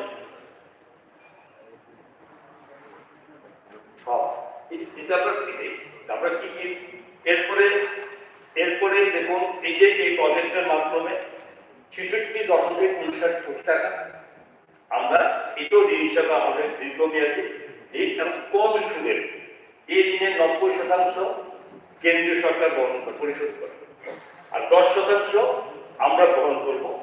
এবং এতে অবশ্যই এটা বলতে যে এই যে এই এক্সটার্নাল প্রজেক্ট, বিগত সরকার আমরা আসার আগে মাত্র 2টি এক্সটার্নাল প্রজেক্ট ছিল, আজকে আমাদের সরকার আসার পরে সেটা 10টা এক্সটার্নাল প্রজেক্টে আমরা যুক্ত করতে পেরেছি। যেমন একটা খুব ইম্পর্টেন্ট নাবার্ড লোন, এই ঋণ বাবদ নেওয়া হয়েছে 1272.75 কোটি টাকা। এই ঋণও খুব কম সুদে, মাত্র 5.25%। কিন্তু এই ঋণ নিয়ে কি হয়, গ্রামীণ এলাকা কৃষি ব্যবস্থা থেকে শুরু করে সমস্ত কিছু ডেভেলপমেন্ট এই ঋণের মাধ্যমে করেছে। বললাম না না, আলাদা পয়েন্ট বলেছি তো আপনাকে। আমি ওখান থেকে বেরিয়েছেন চতুর্থ নম্বর পয়েন্ট এসেছে মাননীয় সদস্য। এটা আরেকটা আপনাকে উঠতে পারেন, এটা এক সেকেন্ডের বলে নয়, বলি নেই। তো এই জায়গাতে এইভাবে এটা আমাদের লোনে হয় কম ইন্টারেস্টে, সেটা এটাও দীর্ঘমেয়াদী আমার দিতে হবে। এনসিডিসি এই ঋণ কোঅপারেটিভ সেক্টরকে ডেভেলপমেন্ট করার জন্য, এবং এর বাবদ আমরা 13.55 কোটি টাকা আমরা নিয়েছি। ঠিক আরেকটা এটা খুব মোস্ট ইম্পর্টেন্ট, যে স্টেট প্রভিডেন্ট ফান্ড আমাদের সরকার আসার পরে রাজ্যের কর্মচারীদের জন্য 7ম পে কমিশন আমরা চালু করা হয়। এই 7ম পে কমিশন পাওয়ার পর প্রভিডেন্ট ফান্ডে কর্মচারীদের সাবস্ক্রিপশনের অ্যামাউন্ট যথেষ্ট বৃদ্ধি, এবং যেখানে পিএফ এবং গ্রুপ ইন্স্যুরেন্স খাতে মূল ঋণের পরিমাণ ছিল কত ওই সময়, তাহলে এটা বামপন সরকারের সময় 1948.94 কোটি টাকা। আমাদের সরকার আসার পর বৃদ্ধি পেয়ে এটা 6220.69 কোটি টাকা এই ঋণের পরিমাণ হয়। এটা কর্মচারীদের এটা, এবং যদি আমরা হিসাব করে দেখি 1948.94 বাদ দিই, আমাদের এই সরকারের সময় 4271.75 কোটি টাকা এই খাতে এটা ঋণ বৃদ্ধি হয়েছে। ওই যে 8784 কোটি টাকা, তার মধ্যে এই সমস্ত যুক্ত হচ্ছে। আর এটা খুব ইম্পর্টেন্ট, আমরা সরকার দায়িত্ব নেওয়ার পরে ওই সময় বামপন সরকারের সময় যে বিভিন্ন ডিউরা এক বিশাল পরিমাণ টাকা ওদের ব্যাংক অ্যাকাউন্টে জমা রেখে বসেছে, খরচ নেই। কিন্তু এই সরকার এই টাকাটা কিন্তু লোনের মধ্যে এটা ইনক্লুড করা যেভাবে দেওয়া হয়েছে। তো আমাদেরকে ইনস্ট্রাকশন আমরা দেওয়া হয়েছিল আমাদের সরকার আসার পরে, যে প্রত্যেক যে ডিপার্টমেন্ট মানে ইনস্ট্রাকশন মোতাবেক 2 কোটি টাকার বেশি কোনো টাকা যাতে কারোর কাছে না থাকে, সেই টাকাগুলো অ্যামাউন্ট আমরা হিসাব করে দেখেছি, সেটাও প্রায় 965.79 কোটি টাকা। সেটাও আমরা এটা আমাদের এই পরবর্তী সময়কার উদ্যোগ আমরা কাজে লাগিয়েছি। এই সমস্ত কিছু সংখ্যা দিয়ে যেখানে 7986.13 কোটি টাকা, ওই 8700 কোটি টাকার মতো যে আমাদের লোন বৃদ্ধি পেয়েছে, এই টাকার মধ্যে কিন্তু এইটা বাকিটা মার্কেট থেকে আমরা সময় সময় কিছু লোন নিতেছে, বাকি অল্প কিছু টাকা। প্রশ্ন হচ্ছে যে এটা তো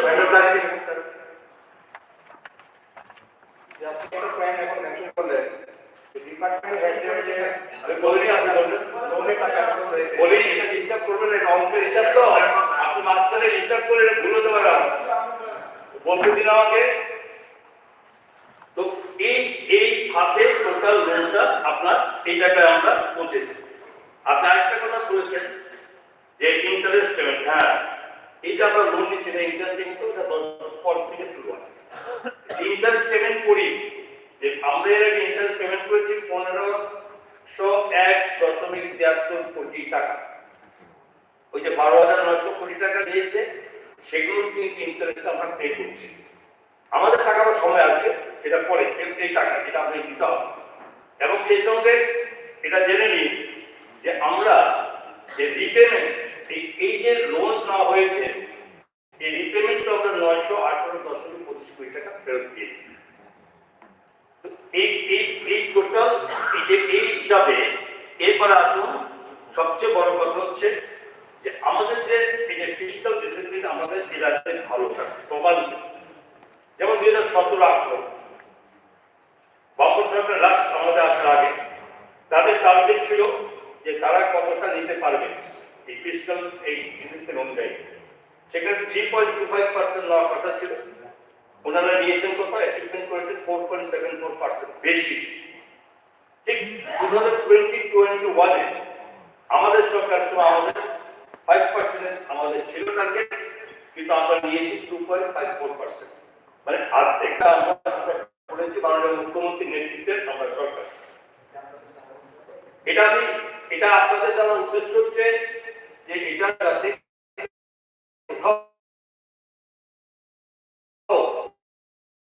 এরকম কোন ভাবনা না আছে যে রাজ্যের সব অর্থ বছর রাজ্যের যে জিএসটি কে রেজিস্টার ছিল কত 29.51%, যা আমাদের 2022 অর্থ বছর দাঁড়িয়েছে 29.27%, কমে আমাদের রয়েছে, এবং 2017-18 অর্থ বছর থেকে অনেক কম। 2021 অর্থ বছরের রাজ্য সরকার যেখানে এই ফিস্কাল সিস্টেম এসেছে যদি আমরা বলতে, সেখানে আমাদের অ্যাকচুয়ালি আরো আমরা ওপেন মার্কেট থেকে 2487 কোটি টাকা লোন নিতে আমরা পারতাম ওই সিস্টেম অনুযায়ী সিস্টেম, কিন্তু আমরা লোন নিয়েছি কত মাত্র 300 কোটি টাকা। 2022 অর্থ বছরে যেখানে 2664 কোটি টাকা ওপেন মার্কেট থেকে নিয়ে আমরা দিতে পারতাম, সেখানে 1 টাকা আমরা ওপেন মার্কেট থেকে নেই। আমি এই পবিত্র বিধানসভায় সবাইকে অবগত করছি রাজ্য অর্থনৈতিক অবস্থা যথেষ্ট মাননীয় মুখ্যমন্ত্রী প্রফেসর ডক্টর মানিক সাহেব নেতৃত্বের সরকার যে সুশাসন যে আমরা করেছি, প্রথম পর্যায়ে এসেছি, দ্বিতীয় পর্যায়ে এসেছি, এবং দেশের যশস্বী প্রধানমন্ত্রী নরেন্দ্র মোদীজি যিনি নির্দেশ বা ওনার যে লক্ষ্য তাকে সামনে রেখে আমাদের সরকারের মাননীয় মুখ্যমন্ত্রী আমরা সেখানে এগিয়ে যাচ্ছি। কোথাও এমন কোনো খাবার কারণ নেই অযথা যেখানে মানুষের কাছে কোথাও না ভুল বোঝাবুঝি হয়, আমরা এমন কোনো ব্যানার তৈরি করি 50 বছর টাকা খরচ করি। আমি স্টেটমেন্ট দিলাম, সেটা আপনার দেখবেন। আর সবচেয়ে বড় কথা, একটা কথা অবশ্য মাননীয় আলোচনা সাহেব বলেন যে আমরা আমাদের কিছু করতে পারি না, সেটা আমি গতবারও বলেছিলাম। পরামর্শ দিই যে রাজ্য সরকারের কিভাবে অর্থনৈতিক আরো বাড়তে পারবে, সেটা অবশ্য সবাইকে রিলেট করতে হবে। আমরা সেই চেষ্টা করছি, তার লোক না। আমাদের সরকার আশা করি ত্রিপুরাতে একটি আত্মনির্ভর গঠনের চেষ্টা করছি আমরা, কাজ শুরু হয়েছে, চলছে। এই প্রসঙ্গে আমাদের নিজস্ব রাজস্ব আয় 17-18 মতো ছিল, সেটাও জানার দরকার আছে। সেখানে আয় ছিল 1915.50 কোটি টাকা। 1915.50 কোটি টাকা তৎকালীন সরকার আসার আগে, আমাদের সরকার আসার আগে তার রোজগার ছিল।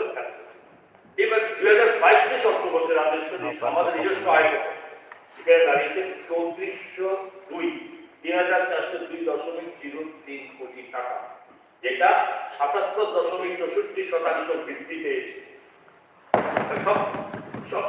সবচেয়ে প্রশ্ন হচ্ছে এই যে সময়টা, এই সময়টা সারা পৃথিবী আমাদের ভারতবর্ষ রাজ্য যে কোভিডের কারণে যে 2.5 থেকে 3 বছর সমস্ত পৃথিবীব্যাপী বড় বড় সব দেশ যারা ধনী মানে দেশগুলো তারা অর্থনীতি বিপর্যস্ত করছে, কিন্তু আমাদের ভারতবর্ষের মাননীয় যশস্বী প্রধানমন্ত্রীর নেতৃত্বের সরকার আমরা সমস্ত মানুষকে রক্ষা করতে শুরু করে সারা দেশে যাতে কোনো মানুষ না পেয়ে থাকে তাকে খাদ্যের যোগান দিয়ে যাওয়া, রাজ্য সরকারের মাননীয় মুখ্যমন্ত্রী নেতৃত্ব আমাদের সরকার, আমরা সেই ব্যবস্থা রাজ্যের মানুষের জন্য করেছি। রাজ্যে কোনো ডেভেলপমেন্ট কাজ কোন রকম ভাবে আমরা সেখানে বন্ধ রাখিনি। আমরা এত কিছু সময়ের মধ্যে আমরা সেই কাজগুলো করার চেষ্টা করেছি। এবারে প্রশ্ন হচ্ছে সুশাসন, এবং এভাবে তো যেভাবে দেখে সুশাসন আমরা আমাদের মতো কেউ বিভিন্ন দেখতেই পারি, বিভিন্ন ব্যাখ্যা করতে পারি, কিন্তু সুশাসন যাদের জন্য করা হয় তারা যদি সঠিকভাবে সুশাসন দেখে তাহলে কোনো দুঃখ আমাদের সরকারে থাকবে না। এবং আমি আশা করি এই সম্পর্কিত ব্যাপারে আমি যতটুকু আপনাদের দেওয়ার চেষ্টা করেছি এটা সার্বিক আমাদের এই তথ্য এবং এই সম্পর্কিত ব্যাপারে আমি শেষ করি।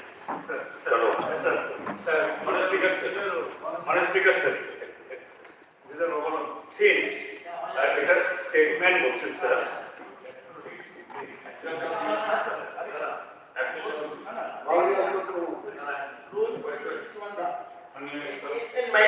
A statement may be made by a minister on a matter of public importance with the consent of the speaker, but no question shall be asked আপনি স্টেটমেন্ট স্টেটমেন্ট দিয়েছে যেখানে আপনার সিমেন্ট ঠিক আছে explain করুন।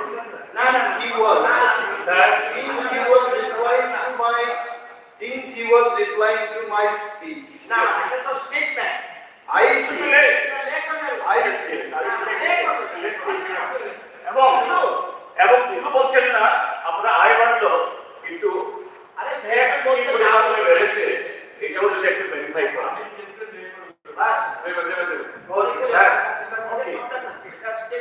অধ্যক্ষ মহোদয়, ঠিক আছে আপনি লেখ করে দিন।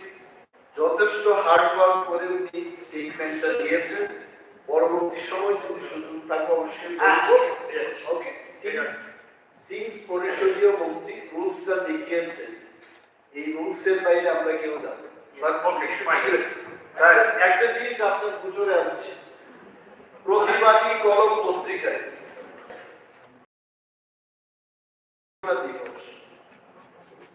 some Mr. Leaders,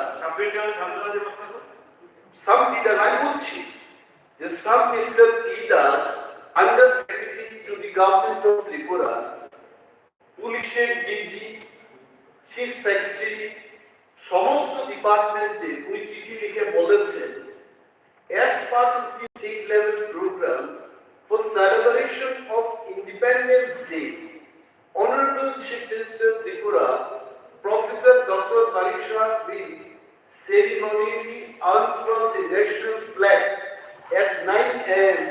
on 26 January 2004. আমি তো অবাক হয়ে গেল, কারণ 15ই আগস্ট 1947 সালে আমাদের দেশ স্বাধীনতা লাভ করে এবং 26 জানুয়ারি 1950 সালে আমরা প্রজাতন্ত্র দেশ হিসেবে চলতে শুরু করি। 26 জানুয়ারি এদিকে মুখ্যমন্ত্রী পতাকা উত্তোলন করবেন, দিয়ে দিয়েছে। আপনি দেখুন এই যে how this is happening. This man whosoever has done, দিয়েছে এটা পত্রিকার মধ্যে। আমি চাইবো এটা ইনভেস্টিগেট হোক, এর এই সমস্ত callousness in the administration, this should not happen. Number one, এটা মাননীয় মুখ্যমন্ত্রী বলতেন। আমার আসল বিষয়টা অন্য জায়গায়। মাননীয় অধ্যক্ষ মহোদয়, এইবার আপনি আমাকে কলিং অ্যাটেনশন এবং রেফারেন্স পিরিয়ড থেকে 82 মাইল দূরে রেখেছেন। আমি প্রত্যেক দিন পরিশ্রম করে আপনাকে দিয়েছি, প্রত্যেক দিন অপেক্ষা করি যে আপনি আমার নাম বলবেন, আপনি বলেন। জনস্বার্থে কর্মচারীদের সম্পর্কে এখানে আমার একটা নোটিশ আমি আপনাকে পাঠিয়েছিলাম, আপনি এটা না করে দিয়েছেন। মাননীয় অর্থমন্ত্রী, প্রাক্তন অর্থমন্ত্রী যিশু দেববর্মা এখানে ছিলেন। 2022-2023 সালে ওনার বাজেট ভাষণের 51 নম্বর পয়েন্টে ক্লিয়ারলি সরকার স্কিম ঘোষণা করেছেন। And I am really happy for all the employees of Tripura Group C, Group D জন্য। কি বলেছে? বর্তমানে রাজ্য সরকার গ্রুপ সি এবং গ্রুপ ডি কর্মচারীরা মাসিক 500 টাকা করে মেডিকেল অ্যালাওয়েন্স পান। তাদের স্বাস্থ্য সংক্রান্ত চাহিদার নিরিখে সরকারি কর্মচারীরা তাদের পরিবারের সদস্যদের সুরক্ষায় আমি মানে যিশু দেববর্মা 2022-23 অর্থ বছরে ত্রিপুরা গভর্নমেন্ট হেলথ স্কিম নামে একটি নতুন প্রকল্প চালু করার প্রস্তাব রাখছি। আমি সবটাই বলছি না। এ বাবদ 2022-23 এর বাজেটে 20 কোটি টাকা ব্যয় বরাদ্দের সংস্থান রাখা হয়েছে। এবং আদৌ কি এটা শুরু হয়েছে কিনা? আমরা যখন বিধায়ক হয়ে আসলাম, নাও এখন আমাদের বর্তমান অর্থমন্ত্রী শ্রী প্রণজিৎ সিংহ রায় মহোদয়, আপনি আপনার বাজেট ভাষণে বলেছেন 175 নম্বর পয়েন্টে যে সিএম জয় বলে নাকি 2023 প্রকল্প রাজ্যের অবশিষ্ট 4.75 লাখ পরিবার পিছু সর্বোচ্চ 5 লক্ষ টাকার বীমার সুবিধা প্রদান করবে। I am really happy with this point. কিন্তু আমার প্রশ্ন হলো, এই যে স্কিম গুলো হবে, এটা কি আদৌ হবে?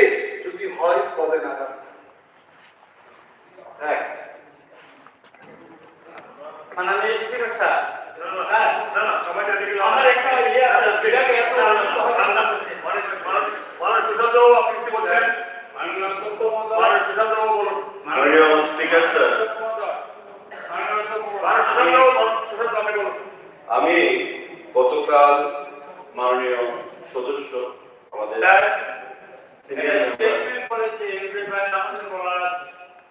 Please Sushant Babu please continue sir please continue please continue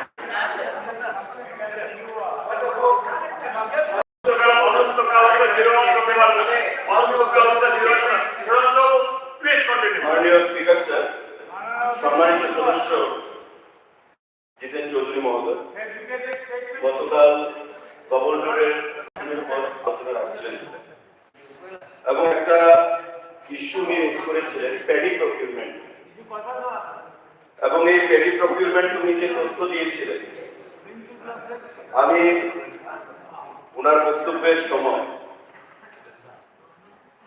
ওনার তথ্যের বিরোধিতা করেছিলাম এবং দপ্তরের মন্ত্রী হিসাবে এই হাউসে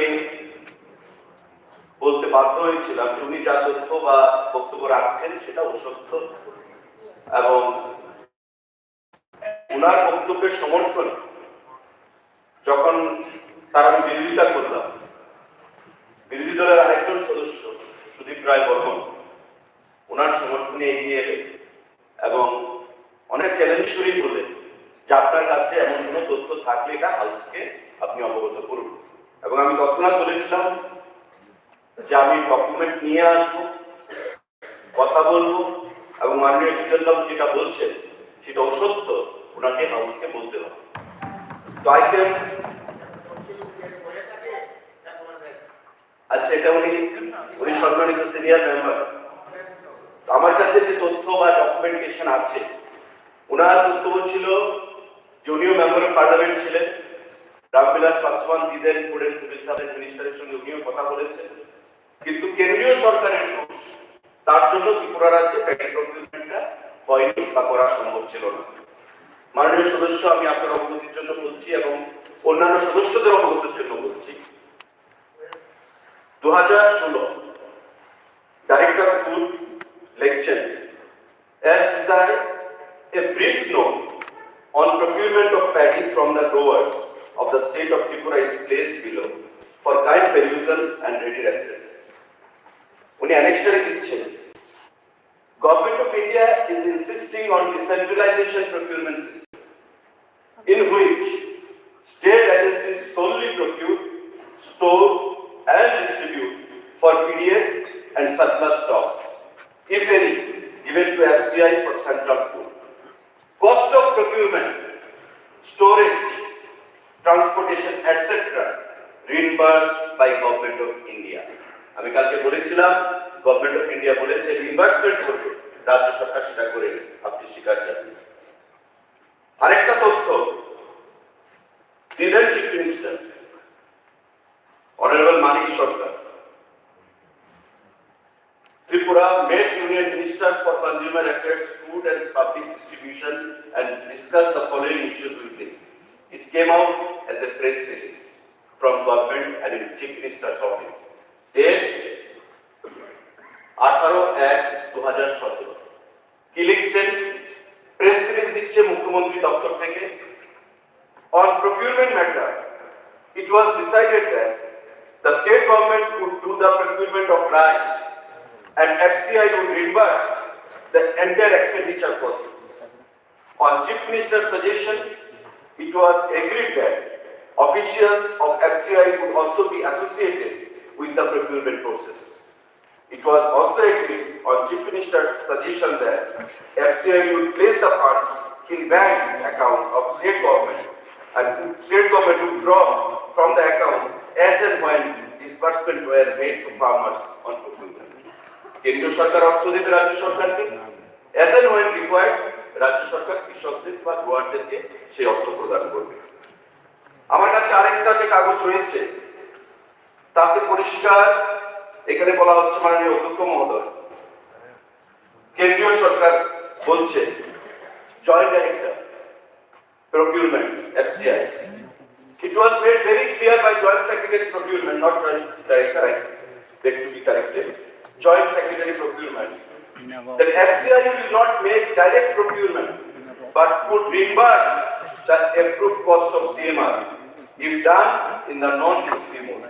In this context, it was informed that currently FCI make direct procurement to the tune of only 5% of total procurement in the country, and this model of direct procurement by FCI has been abandoned since long, and no direct procurement centers are opened by them.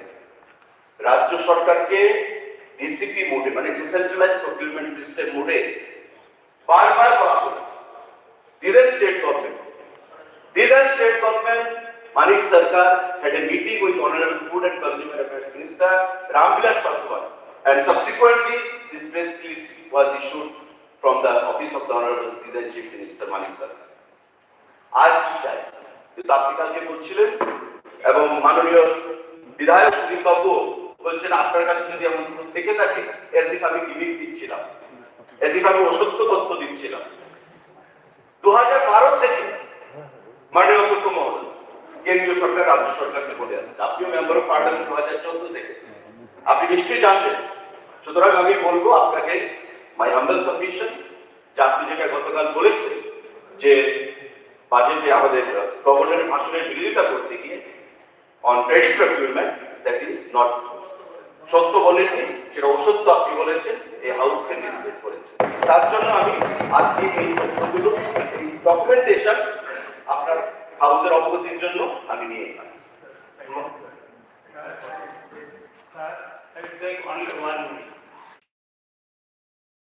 সেটা আমরা সাংঘাতিকভাবে কাজ করছি এবং আমার দপ্তরও সেই বিষয়ে কাজ করছে। প্রধানমন্ত্রী জন আরোগ্য যোজনার যে নিয়মাবলী সেটাকে পুরোপুরি সেটা কাজ করছে।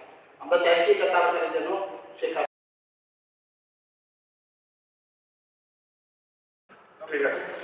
যত দাবি সম্ভব এটা মাননীয় মুখ্যমন্ত্রীকে আবার অধিবেশন যেন ধন্যবাদ জানাতে পারি, এটা আপনারা এটাই আমার।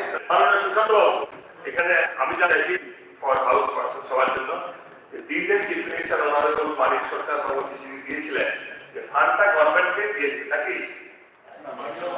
শোনে না দাঁড়ান, অনারেবল স্পিকার স্যার, ফান্ডটা গভর্নমেন্টকে দিয়ে দিতে এখানে অনেকগুলো প্রেস ডিসিশন হয়েছিল, কারণ যে কোনো মিটিং হলে একটা মাইনিউটস দেবে, এবং মাইনিউটসের পর দিল্লিতে যে মিটিং হয়েছে বিটুইন অনারেবল দিদান চিফ মিনিস্টার অ্যান্ড দিদান union food and civil supply minister Ram Vilas Paswan, তার একটা মাইনিউটস বেরিয়েছে, এবং ওই মাইনিউটসের উপর বেস করে একটা press release chief minister certificate থেকে বেরিয়েছে। আমি এই চিফ মিনিস্টারের অফিসের যে কপিটা প্রেস রিলিজ সেটা পড়লাম, এবং it was decided in unequivocal terms যে government of Tripura paddy procure করবে, রিইনভেস্টমেন্ট করবে গভর্নমেন্ট অফ ত্রিপুরা। এখন আমরা এখন কে টাকা দিচ্ছে, কাকে সিস্টেমটা কি? এখন সিস্টেম রাজ্য সরকার দিচ্ছে সারা রাজ্যে 49টা প্যাডি প্রকিউরমেন্ট সেন্টার থেকে। বেনিফিশিয়ারিরা কিভাবে টাকাটা পাচ্ছে? বেনিফিশিয়ারি 3 দিনের মধ্যে ডাইরেক্ট ডিবিটির মধ্যে টাকা পেয়ে যাচ্ছে, এবং যে টাকাটা খরচ হচ্ছে সেই টাকাটা রিইনভেস্টমেন্ট গভর্নমেন্ট জানার কথা বলছিলাম সবাইকে, এটাই হয় এখন সিস্টেম, ঠিক আছে কিনা? আগে গভর্নমেন্ট জানার টাকা চেয়েছিল, ওকে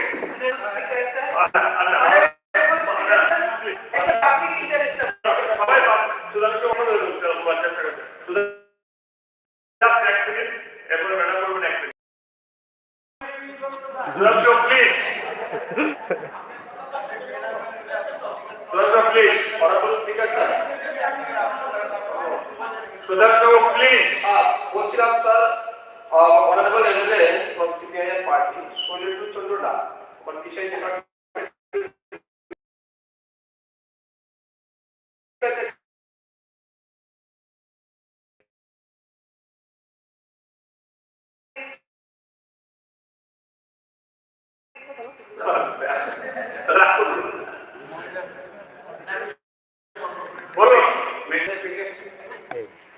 অর্থমন্ত্রীকে ধন্যবাদ, কিন্তু আমার পয়েন্ট বুঝতে প্রথম কথা হলো উনি সম্মান হয় জানালে সম্মান হয় বলেন স্যার, জানালে করে সম্মান রাখতে পারেন না। আমি লে করে দেবেন, লে করে দেবেন শুনুন না, সম্মান জানালে সম্মান রাখতে পারেন না। আমি বাইরে যাচ্ছি না। What is the meaning of minimum কল্যাণে বলেন না কেন? জানালে সম্মান রাখতে পারেন। আপনার মাধ্যমে মাননীয় পরিবহন মন্ত্রীর দৃষ্টি আকর্ষণ করার জন্য আমি প্রস্তাবটি রাখি।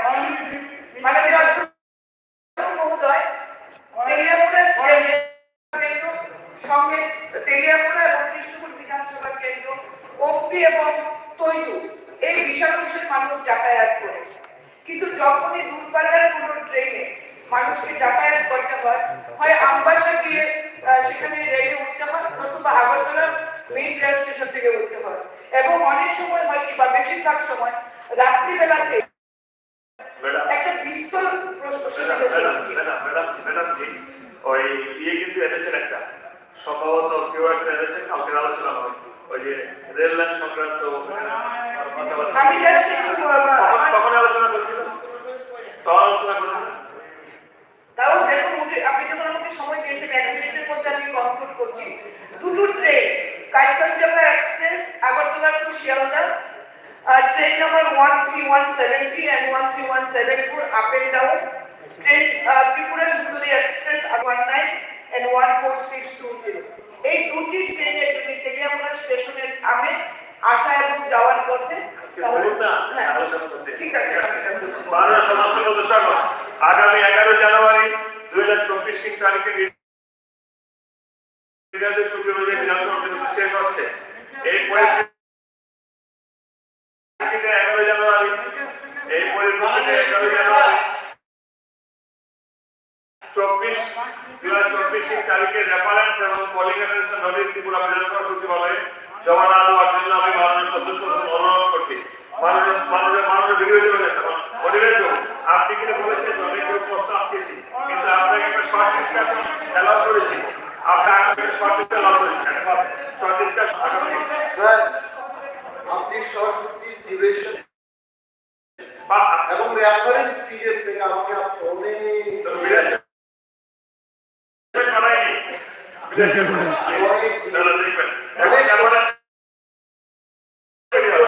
আমি মাননীয় সদস্যগণের তিনটি রেফারেন্স পেয়েছি গণস্কুলের পরীক্ষা থেকে গুরুত্ব অনুসারে। প্রথমে মাননীয় সদস্য শ্রী পাঠানলাল জামাতিয়া কর্তৃক আয়োজিত রেফারেন্স নোটিশটি বিষয়বস্তু সহজ করার জন্য আমাকে অনুরোধ করছি। পাঠানলাল বাবু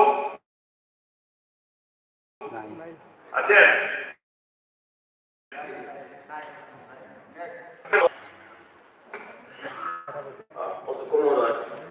আমাদের কোর্টি সহ বিভিন্ন যে পুলিশ কোয়ার্টারগুলো আছে, আউটপোস্টের আবাসন সংস্কার এবং তার প্রয়োজনীয়তা সম্পর্কে আমি স্বরাষ্ট্র ভারপ্রাপ্ত মাননীয় মন্ত্রীকে বিষয় বিবৃতি প্রদানের জন্য আহ্বান করছি। যদি তিনি বিবৃতি দিতে পারেন তাহলে পরবর্তী তারিখ জানাবেন। মাননীয় স্পিকার মহোদয়, কালকে অনেকগুলো পোল টেনশন এবং আমাদের রেফারেন্স পিরিয়ড অনেকগুলো জমে গেছে। কালকে আমি যদি দেখি নিশ্চয়ই চেষ্টা করবো। ঠিক আছে। নেক্সট, তৃতীয় রেফারেন্স কমিশনের মাননীয় সদস্য শ্রী কিশোর বর্মন, আমি ওনাকে রেফারেন্স কমিশন বিষয়বস্তু সহজ করার অনুরোধ করছি। মাননীয় অধ্যক্ষ মহোদয়, আমি যে কলিং অ্যাটেনশনটি এনেছি সেটা হচ্ছে রেফারেন্সটা রাবার ব্যবসায়ীদের একাংশ জিএসটি না দিয়ে কর ফাঁকি দিচ্ছে, এই ব্যাপারে প্রয়োজনীয় ব্যবস্থা গ্রহণ সম্পর্কে। মাননীয় অর্থ দপ্তরের ভারপ্রাপ্ত মাননীয় মন্ত্রীকে বিষয় বিবৃতি প্রদানের জন্য অনুরোধ করছি। যদি আর বিবৃতি করা হয় তাহলে পরবর্তী তারিখ জানাবেন। স্পিকার মহোদয়, প্রস্তুত থাকবো কালকে ওকে ফাইন। কলিং অ্যাটেনশন, দৃষ্টি আকর্ষণ নোটিশ। আমি মাননীয় সদস্য সদস্যদের তিনটি রেজিস্ট্রার নোটিশ পেয়েছি। প্রথম নোটিশ দিয়েছেন শিশোরঞ্জিতনাথ মহোদয়। নোটিশটি বিষয়বস্তু হল রাজ্যের নতুন নতুন নামে চিট ফান্ড সংস্থা সমূহের রমরমা হওয়া সম্পর্কে ওরা নামিত দৃষ্টি আকর্ষণ নোটিশ সহ অনুমোদন দিয়েছি। এখন আমি অর্থ দপ্তরের ভারপ্রাপ্ত মাননীয় মন্ত্রীকে এই দৃষ্টি আকর্ষণ নোটিশের উপরে বিবৃতি প্রদানের জন্য অনুরোধ করছি। যদি না দিতে পারেন অপরাধ অন্তর তারিখ দেবেন। মাননীয় অধ্যক্ষ মহোদয়, আবার প্রস্তুত থাকবো আগামী দিন দেওয়ার জন্য। দ্বিতীয় নোটিশটি এনেছেন মাননীয় সদস্য শ্রী বিন্দু দেবনাথ। নোটিশটি বিষয়বস্তু রুকিয়া বিদ্যুৎ উৎপাদন আরো বৃদ্ধি করা সম্পর্কে, উদ্যোগ সম্পর্কে। এখন মাননীয় বিদ্যুৎ মন্ত্রী যদি দিতে পারেন আগামীকালে দিলে ইয়ে করবেন। আমি স্যার এখনই দিতে পারবো, কিন্তু প্রশ্ন হলো যে গভর্নর ভাষণের মধ্যে আপনারা কোন সময় কথা বলবেন? আমি বললে আমি এখন বলে দিতে পারি। গভর্নর ভাষণ চলো বলে দেবো? গভর্নর ভাষণ করবেন না, আজকে অনেক কিছু বাকি বিচার আমি স্টেটমেন্ট আমি রেডি করে দিচ্ছি, কিন্তু আমার বক্তব্য হলো যে একটু টাইম নষ্ট হয়ে যায় বুঝলে পেয়ে যাবেন। না লেখক ভালো হবে না, আমরা কিছু তো আশা করে এসে তো আমরা 5 দিনে ওয়ার্কিং ডে তারপরে যদি কথা না বলতে পারে এই জন্য লেখ করে দেবো। হ্যাঁ তৃতীয় ডোনেশন দিয়েছেন মাননীয় সদস্য শ্রী মাইনাস ডোনেশন বিষয় হল মধু থানার স্থায়ী ঘর নির্মাণ বসত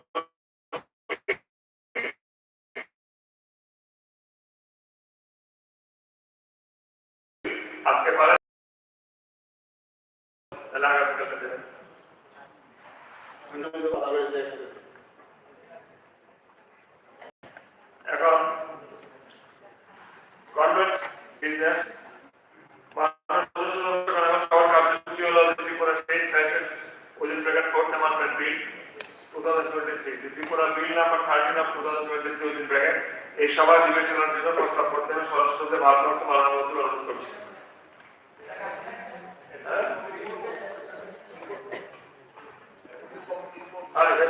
প্রেজেন্টেশন অফ আচ্ছা Bichitrapur presentation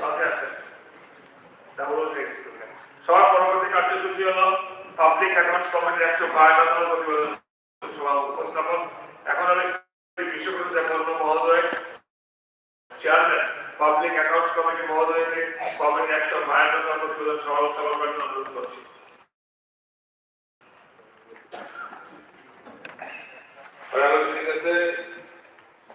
I, the chairman of the committee on public accounts on behalf of the committee, take to present 152 report on the table of the house.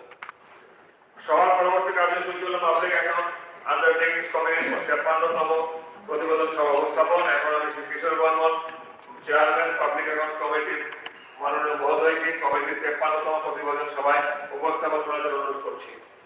Honorable Speaker, sir, I, the chairman of the committee on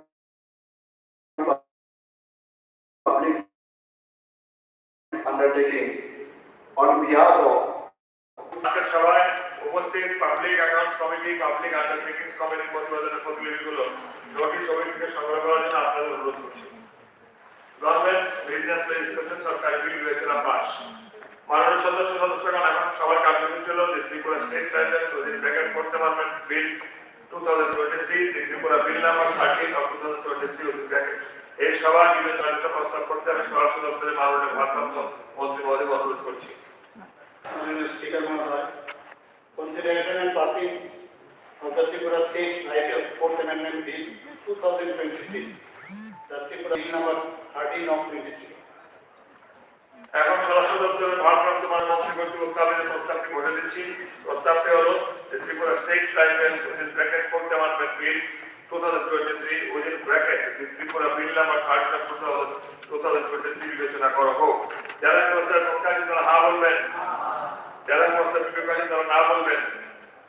যেহেতু কেউ না বলেননি তাই সর্বসম্মতিক্রমে এই প্রস্তাবটি সভা কর্তৃক গৃহীত হইল। আমি বিলের ধারাগুলি ভোটে দিচ্ছি। বিলের অন্তর্গত 1 নং এবং 2 নং ধারাগুলি বিলের অংশরূপে গণ্য করা হোক। যারা প্রস্তাবের পক্ষে আছেন তারা হ্যাঁ বলবেন, যারা প্রস্তাবের পক্ষে তারা হ্যাঁ বলবেন, যারা বিপক্ষে তারা না বলবেন। আমি মনে করি যারা হ্যাঁ বলেছেন যেহেতু কেউ না বলেনি তাই বিলের ধারাগুলো সর্বসম্মতিক্রমে অংশরূপে সভা কর্তৃক গৃহীত হয়েছে। এখন বিলের শিরোনামটি বিলের একটি অংশরূপে গণ্য করার জন্য ভোটে দিচ্ছি। বিলের শিরোনামটি বিলের একটি অংশরূপে গণ্য করা হোক। যারা প্রস্তাবের পক্ষে আছেন তারা হ্যাঁ বলবেন, যারা বিপক্ষে আছেন তারা না বলবেন। যেহেতু না বলার কেউ নেই তাই মনে করি বিলের শিরোনামটি উক্ত বিলের অংশরূপে সর্বসম্মতিক্রমে সভা কর্তৃক গৃহীত হইল। এখন সবার কার্যসূচি হল Tripura state licence within bracket fourth amendment bill 2023 Tripura bill number 13 of 2023 pass করার জন্য প্রস্তাব উত্থাপন। আমি স্বরাষ্ট্র দপ্তরের ভারপ্রাপ্ত মাননীয় মন্ত্রী মহোদয় অনুরোধ করছি প্রস্তাব উত্থাপন করার জন্য। This bill may be passed. এখন আমি স্বরাষ্ট্র দপ্তরের ভারপ্রাপ্ত মন্ত্রী কর্তৃক উত্থাপিত প্রস্তাবটি ভোটে দিচ্ছি। প্রস্তাবটি হল Tripura state licence within bracket fourth amendment bill 2023 Tripura bill number 13 of 2023 pass করা হোক। যারা প্রস্তাবের পক্ষে আছেন তারা হ্যাঁ বলবেন, যারা বিপক্ষে তারা না বলবেন। যেহেতু না বলার কেউ নেই তাই এই আলোচ্য বিলটি সভা কর্তৃক সর্বসম্মতিক্রমে গৃহীত হইল। গভর্নমেন্ট লেজিসলেশন বিল সরকার বিল বিবেচনা পাস। ভারত সদস্যগণ এখন সবার কার্যসূচি হল the Tripura State Post Service Tax 7th Amendment with bracket Bill 2023 within bracket the Tripura Bill number 14 of 2023 এর সবার বিবেচনার জন্য প্রস্তাব করতে আমি অর্থ দপ্তর ভারপ্রাপ্ত মাননীয় মন্ত্রীকে মহোদয়কে অনুরোধ করছি। মাননীয় স্পিকার মহোদয়, the Tripura State Goods and Service Tax, the bracket 7th Amendment 2023, the bill number 14 of 2023 be taken into consideration. এখন এই যে মাননীয় অর্থমন্ত্রী বিলটি পেশ করলেন, এর উপরে শ্রী গোপাল চন্দ্র বাবু রায়বাবু আলোচনা করার জন্য আমার কাছে রিপোর্ট পাঠিয়েছেন। আমি আপনাকে অনুরোধ করছি গোপাল বাবু 10 মিনিটের মধ্যে please. Mr. Speaker, sir,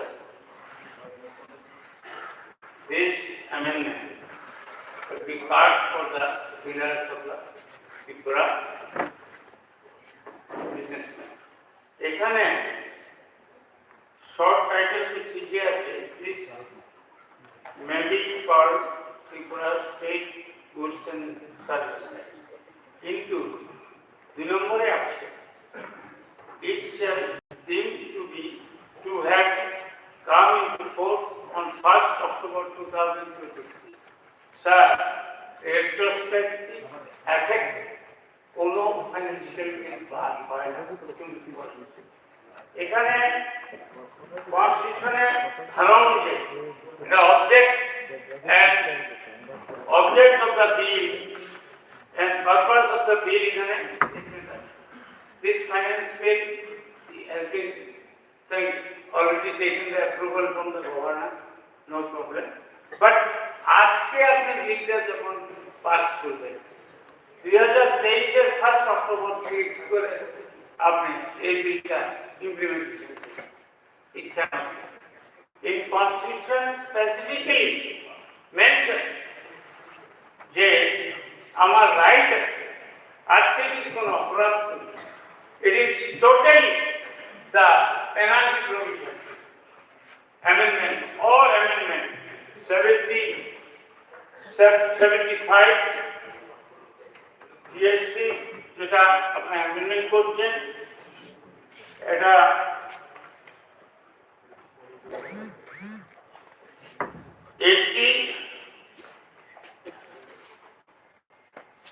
GST amendment করা হচ্ছে, penalty provision for one year imprisonment and fine or both. তাইলে এটা হতে গেলে তাইলে sir we cannot divide the constitution, we cannot divide the justice, it is a natural justice যে আজকে যদি bill pass it will be in force from today. আজকে pass করে ব্যবসায়ীদের আপনারা 1st অক্টোবর 2023 থেকে পেনাল্টি প্রভিশন করবে, এটা হতে পারে না। কোভিডের কথা বলেছেন, আমি আপনার কাছে এক মিনিট সময় চেয়েছি। কেন? উনি বলেছেন minimum interest. What is the minimum interest? দেখি 1%, 5%, 10%।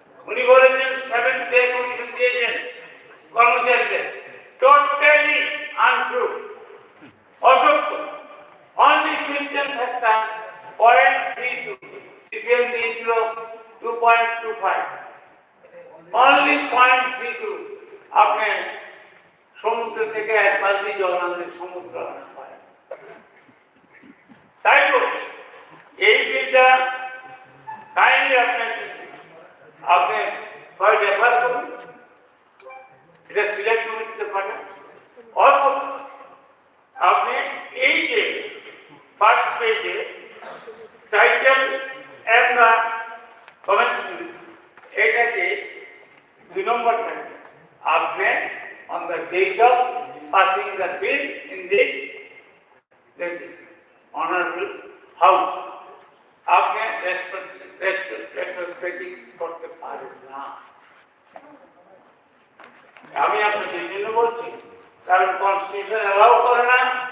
এখানে ইনকাম ট্যাক্সের ব্যাপারও আছে, ইনকাম ট্যাক্স 1961 এ এখানে এটা করবে সেকশন 47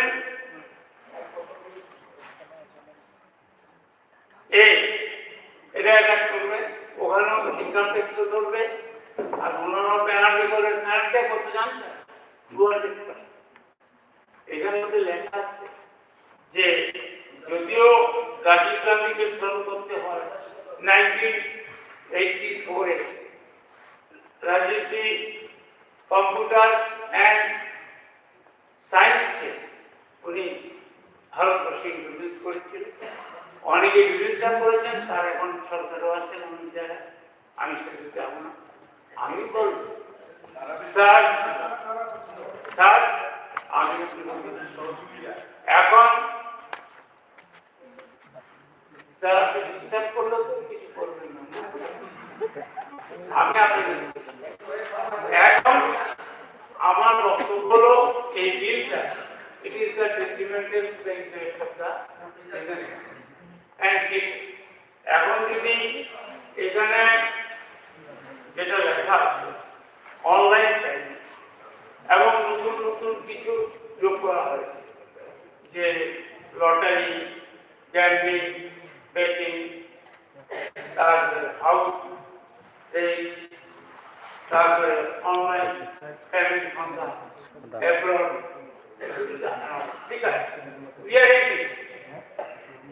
এখানে ট্যাক্স আসুক, কিন্তু আমি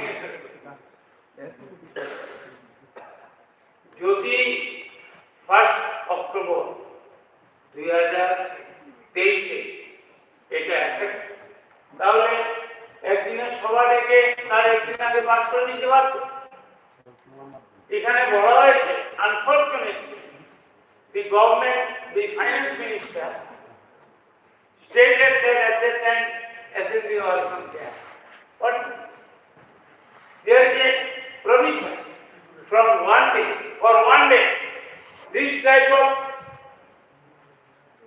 this penalty provision of GST, এমনিতে জিএসটির জন্য স্যার মানুষের আজকে আকাশ ছোঁয়া জিনিসপত্রের দাম।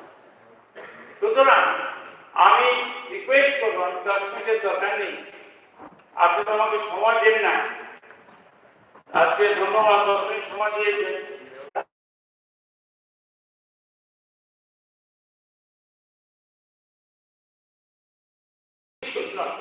ঠিক আছে, অনলাইন তো আপনি যখন আমাদের সঙ্গে এখন অনলাইনে আমরা ভালো 1 বছরের কারাদণ্ড, it is a quasi criminal proceeding, quasi criminal proceeding cannot be retrospective attack. আমি আপনাকে বলছি, আজকে যদি আমি কোনো অপরাধ করি, আজকে ডেটে যে আইন আছে সে আইন আমার পানিশমেন্ট কিন্তু হ্যাঁ হ্যাঁ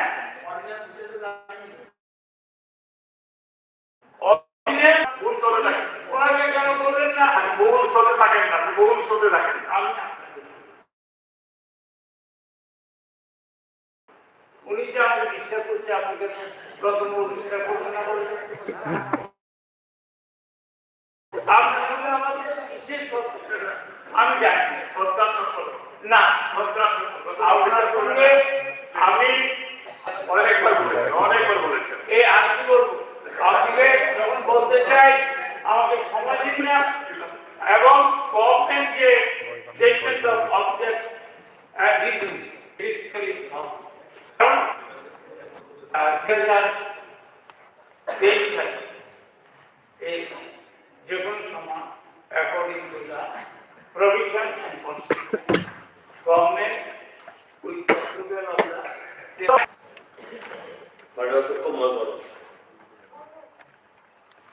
আমাদের মাননীয় সিনিয়র সদস্য গোপাল মহোদয় এর উপরে যে উনি বক্তব্য রেখেছেন, এটা জিএসটি কাউন্সিল একটা কনস্টিটিউশনাল বডি এবং সেখানে সব রাজ্যেরই প্রতিনিধিরা থাকে। তার যেমনভাবে সেখানে আলোচনা হয়, পক্ষে বিপক্ষে কথা বলা হয়, আলটিমেটলি মেজরিটির মাধ্যমে সেখানে যে সিদ্ধান্ত হয়, সেই সিদ্ধান্তটা গভর্নমেন্ট অফ ইন্ডিয়ার কাছে তারা পাঠায় এবং সেই মোতাবেক সেটা ইয়েতে হয় এবং সেগুলো স্টেট ডাইরেকশন দেওয়া হয় যাতে সেটা তাদের সেটা আমরা আমাদের ইয়ে পাস করে নিই আমাদের তো এটা যখন হয়েছিল তখন ঠিকই বলেছেন মাননীয় সদস্য, যেটা হয়েছিল তখন 1 অক্টোবর 2023 বিধানসভা কোনো অধিবেশন ছিল না, তার জন্য একটা অর্ডিন্যান্স করতে হয়েছে আমাকে। অর্ডিন্যান্স করে মাননীয় মামন রাজ্যপাল মহোদয়ের সম্মতিক্রমে সেটা পাস হয়েছে এবং এটা আজকে আমাদের অ্যাসেম্বলিতে সেটা উত্থাপন করেছে। এটাই যেটা করতে হবে, এরকম না যে এখানে এখানে কোন রকম বিতর্ক যা হয় ডিস্ট্রিক্ট কাউন্সিলের মিটিং এ তো সাবেক হয়েছে। তো আমাদের সদস্য যেটা বলেছেন যে কেন করা হলো না তার পরিপ্রেক্ষিতে আমি ঠিক আছে। এখন অর্থদপ্তরের ভারপ্রাপ্ত মাননীয় মন্ত্রী কর্তৃক উত্থাপিত প্রস্তাব করে দিচ্ছি। Sir, According to Constitution, Indian Constitution, মন্ত্রীটা মাননীয় মন্ত্রীর উত্তর দিয়ে দিয়েছে। কি উত্তর স্যার? আপনি শুনেছেন স্যার, আমি প্রস্তাবটি বলে you দিচ্ছি। cannot, দাদা, the Tripura State Goods and Service Tax 7th Amendment Bill 2023, Tripura Bill number 14 of 2023 বিবেচনা করা হোক। যারা প্রস্তাবের পক্ষে হ্যাঁ বলবেন, যারা প্রস্তাবের বিপক্ষে না বলবেন, যেহেতু কেউ না বলেননি আমি মনে করি প্রস্তাবটি সভা করতে সর্বসম্মতি গৃহীত হইল। আমি বিলের ধারাগুলো ভোটে দিচ্ছি। বিলের অন্তর্গত 1 নং হইতে 6 নং ধারাগুলো বিলের অংশরূপে গণ্য করা হোক। যারা প্রস্তাবের পক্ষে আছেন তারা হ্যাঁ বলবেন, যারা প্রস্তাবের বিপক্ষে তারা না বলবেন।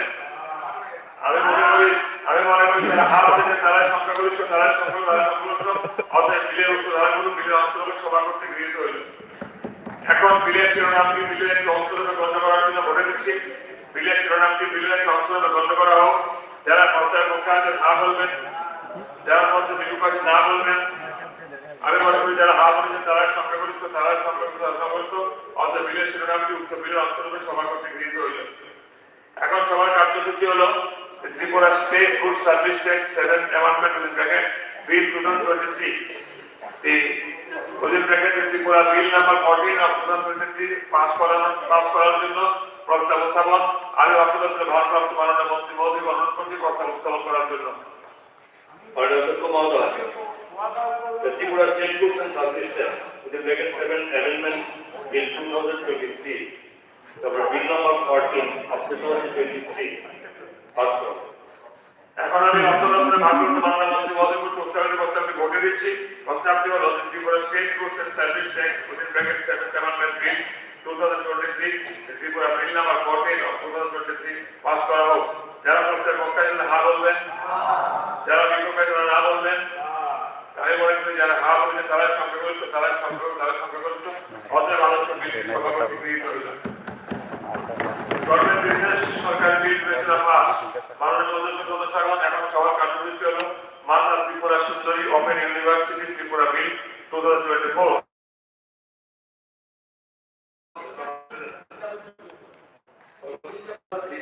ত্রিপুরা সুন্দরী ওপেন ইউনিভার্সিটি ত্রিপুরা বিল 2024 এই তিনটা I am not against this. আমাদের ত্রিপুরায় নতুন নতুন ইউনিভার্সিটি হচ্ছে, এটার বিপক্ষেও আমি। ত্রিপুরা রাজ্য এডুকেশনাল হাব হোক, এটা আমি চাই এবং আরো ত্রিপুরা এটা আছে। একটা জিনিস লক্ষ্য করেছি আফটার স্মল স্টাডি, আমাদের এখানে ইতিমধ্যে কিছু প্রাইভেট ইউনিভার্সিটি খোলা হয়ে গেছে। আর্যভট্ট ইউনিভার্সিটি যুবরাজনগরে, কর্মদীপা ইন্টারন্যাশনাল ইউনিভার্সিটি সামনে সাধু, টেক ইন্ডিয়া কলেজ এটা এখন ইউনিভার্সিটি হয়েছে মহেশতলাতে। এই সমস্ত ইউনিভার্সিটি হচ্ছে ত্রিপুরায় ইউনিভার্সিটি খুললেই হবে না। University has to have recognition as well. ওইখানে ছাত্রছাত্রীরা লেখাপড়া করে এই সার্টিফিকেট দিয়ে যেন তারা পরবর্তী সময়ে বিভিন্ন সংস্থায় কাজকর্ম করতে পারে, সেটা আমাদের দেখতে হবে। আমার প্রথম যেটা প্রশ্ন যাচ্ছে মাননীয় মুখ্যমন্ত্রীর কাছে, রাজ্য সরকারের কাছে, যে NAAC, national assessment and accreditation council, যাকে শর্ট ফর্ম আমরা ন্যাক বলি, এবং আরেকটা সংস্থা হলো association of India university, AIE, এই দুইটি সংস্থা থেকে আমাদের ত্রিপুরা রাজ্যে যে ইউনিভার্সিটিগুলো হলো, এরা সার্টিফিকেট পেয়েছে কিনা। If they do not get certificate from these two organizations, then ওই সমস্ত ইউনিভার্সিটি সার্টিফিকেটের কোনো ভ্যালু থাকবে না। That is why I am taking part in the discussion. আরেকটা হচ্ছে উন্নত ত্রিপুরা, শ্রেষ্ঠ ত্রিপুরা। আমার জন্মদিন কালকে আমাদের সম্মানীয় MLA বলেছেন এখানে যে আমার জন্মভূমি ত্রিপুরা, আমার খুব গর্ব হলো এটা শুনে। মাননীয় অধ্যক্ষ মহোদয় আপনি তখন বলেছেন ঠিক আছে, at the right time you have said ঠিক আছে, আমাদের খুব ভালো লেগেছে। আমার জন্মভূমি ত্রিপুরায়, শ্রেষ্ঠ ত্রিপুরায়, except Holy Cross College, NAC থেকে A গ্রেডের A ক্যাটাগরির সার্টিফিকেট রাজ্য সরকারি কোনো degree college, not even a single degree college, NAC থেকে A গ্রেডের সার্টিফিকেট পায় না। All the colleges are either in B category or C category. এই ব্যাপারটা দেখ, আমি এই হাউসে মাননীয় মুখ্যমন্ত্রীর দৃষ্টি আকর্ষণ করছি আপনার মাধ্যমে যে অনেক ডিগ্রি কলেজ আমাদের রাজ্যে সরকারি নিয়ন্ত্রণাধীন, প্রিন্সিপাল ছাড়াই চলছে, অধ্যক্ষ নেই ওই সমস্ত কলেজগুলো। এবং এই সমস্ত যে বিল আসছে, মাতা ত্রিপুরা সুন্দরী ওপেন ইউনিভার্সিটি, একটা কলেজ, একটা ইউনিভার্সিটি যখন আমার স্টেটে হবে, আমাদের কি ইন্টারেস্ট থাকবে সেখানে? আমার এখানকার ছেলেমেয়েরা সেই ইউনিভার্সিটিতে যেন চাকরি বাকরির সুযোগ পায়, তার বিধিবিধান সেখানে উল্লেখ থাকার কথা। পশ্চাৎ অংশের মানুষ যেন সেখানে রিজার্ভেশনের তাদের জন্য সংস্থা রাখা হয়, সেগুলো আমরা চাই। এবং সরকার তাদের প্রতি তার কি কন্ট্রোল রয়েছে এই বিষয়টুকু আমাদের দেখতে হবে।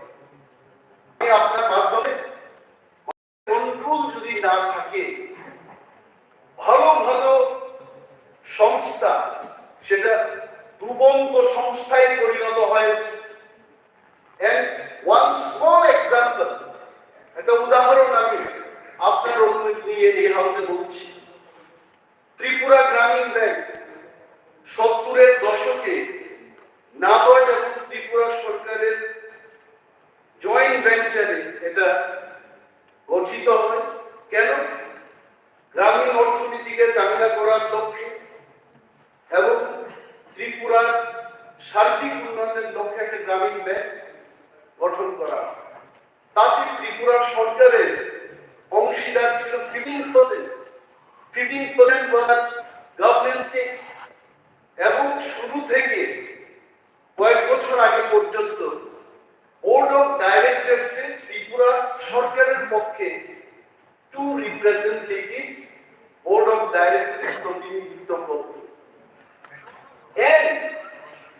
আমি কিছু তথ্য বলছি যে গ্রামীণ ব্যাংকের যে পারফরমেন্সটা এক্সিলেন্ট পারফরমেন্স। 2021-22 সাল ত্রিপুরা গ্রামীণ ব্যাংকে 20-21-এর কথা বলছি, 200 কোটি টাকা প্রফিট করেছে।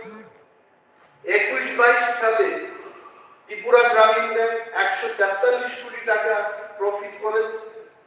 হঠাৎ করে হঠাৎ করে 2022-23 গ্রামীণ ব্যাংকে প্রফিট নেমে এসছে only 3.62 lakhs।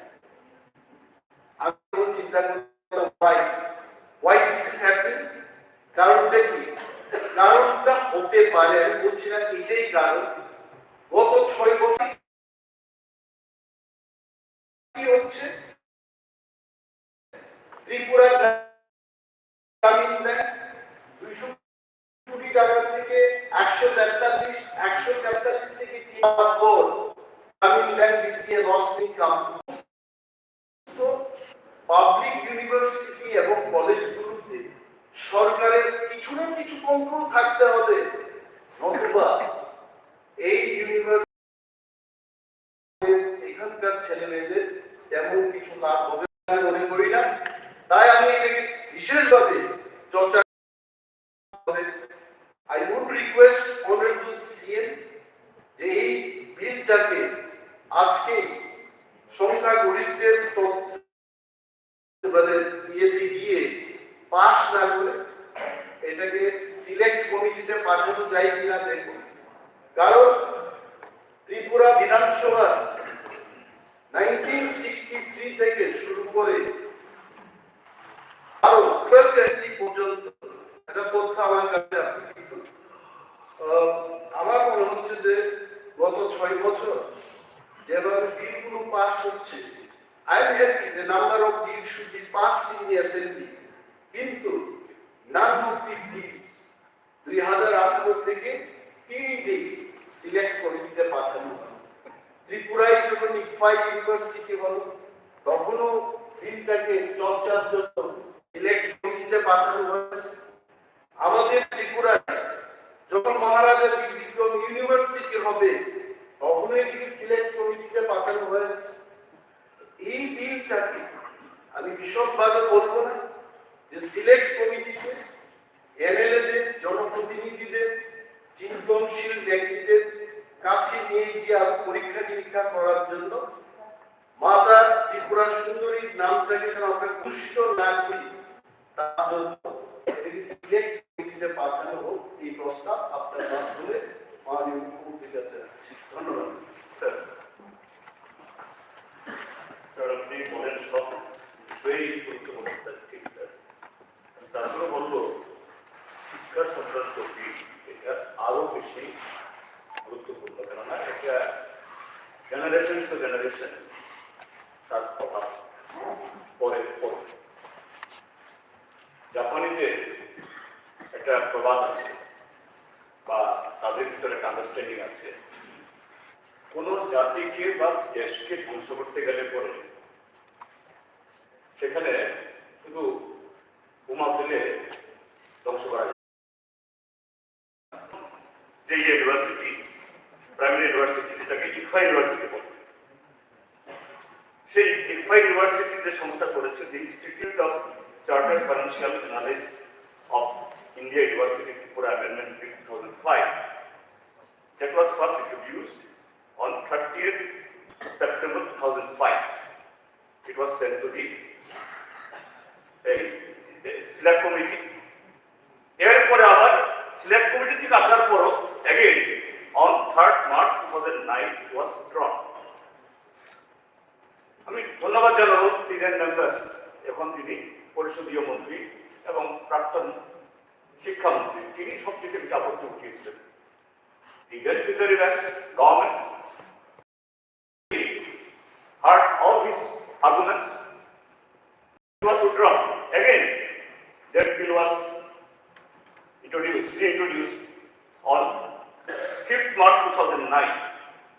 তারপর আবার এটাকে পাঠানো হয়েছিল সিলেক্ট কমিটিতে on 12 March 2009.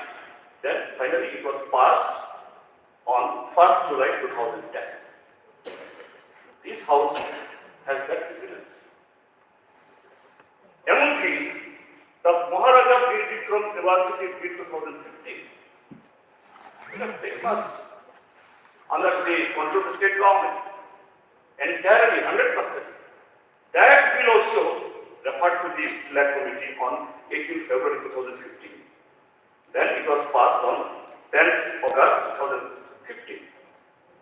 Sir, সেই তুলনায় এই বিলে নাথিং, কোনো নেই। অর্থাৎ আমাকে একটা লাইসেন্স দিন, আমি ত্রিপুরার প্রজন্মকে প্রজন্ম তাদের ভবিষ্যৎ শেষ করব এই ত্রিপুরার চোখে, এটা ওকে দেওয়া যায় না। হ্যাঁ ঠিক আছে, এগুলো ইনক্লুড হোক সবগুলো, যেটা ত্রিপুরার স্বার্থে, ভবিষ্যতের স্বার্থে, রাজ্য এবং দেশের স্বার্থে। তারপরে অতীতে যেরকম বিল পাস হয়েছে পরীক্ষা নিরীক্ষা করে সংযোগ করে হোক, এই জন্য আমি strongly I am seconding the proposal voted by Honorable LOP to refer it to the Select Committee. Thank you.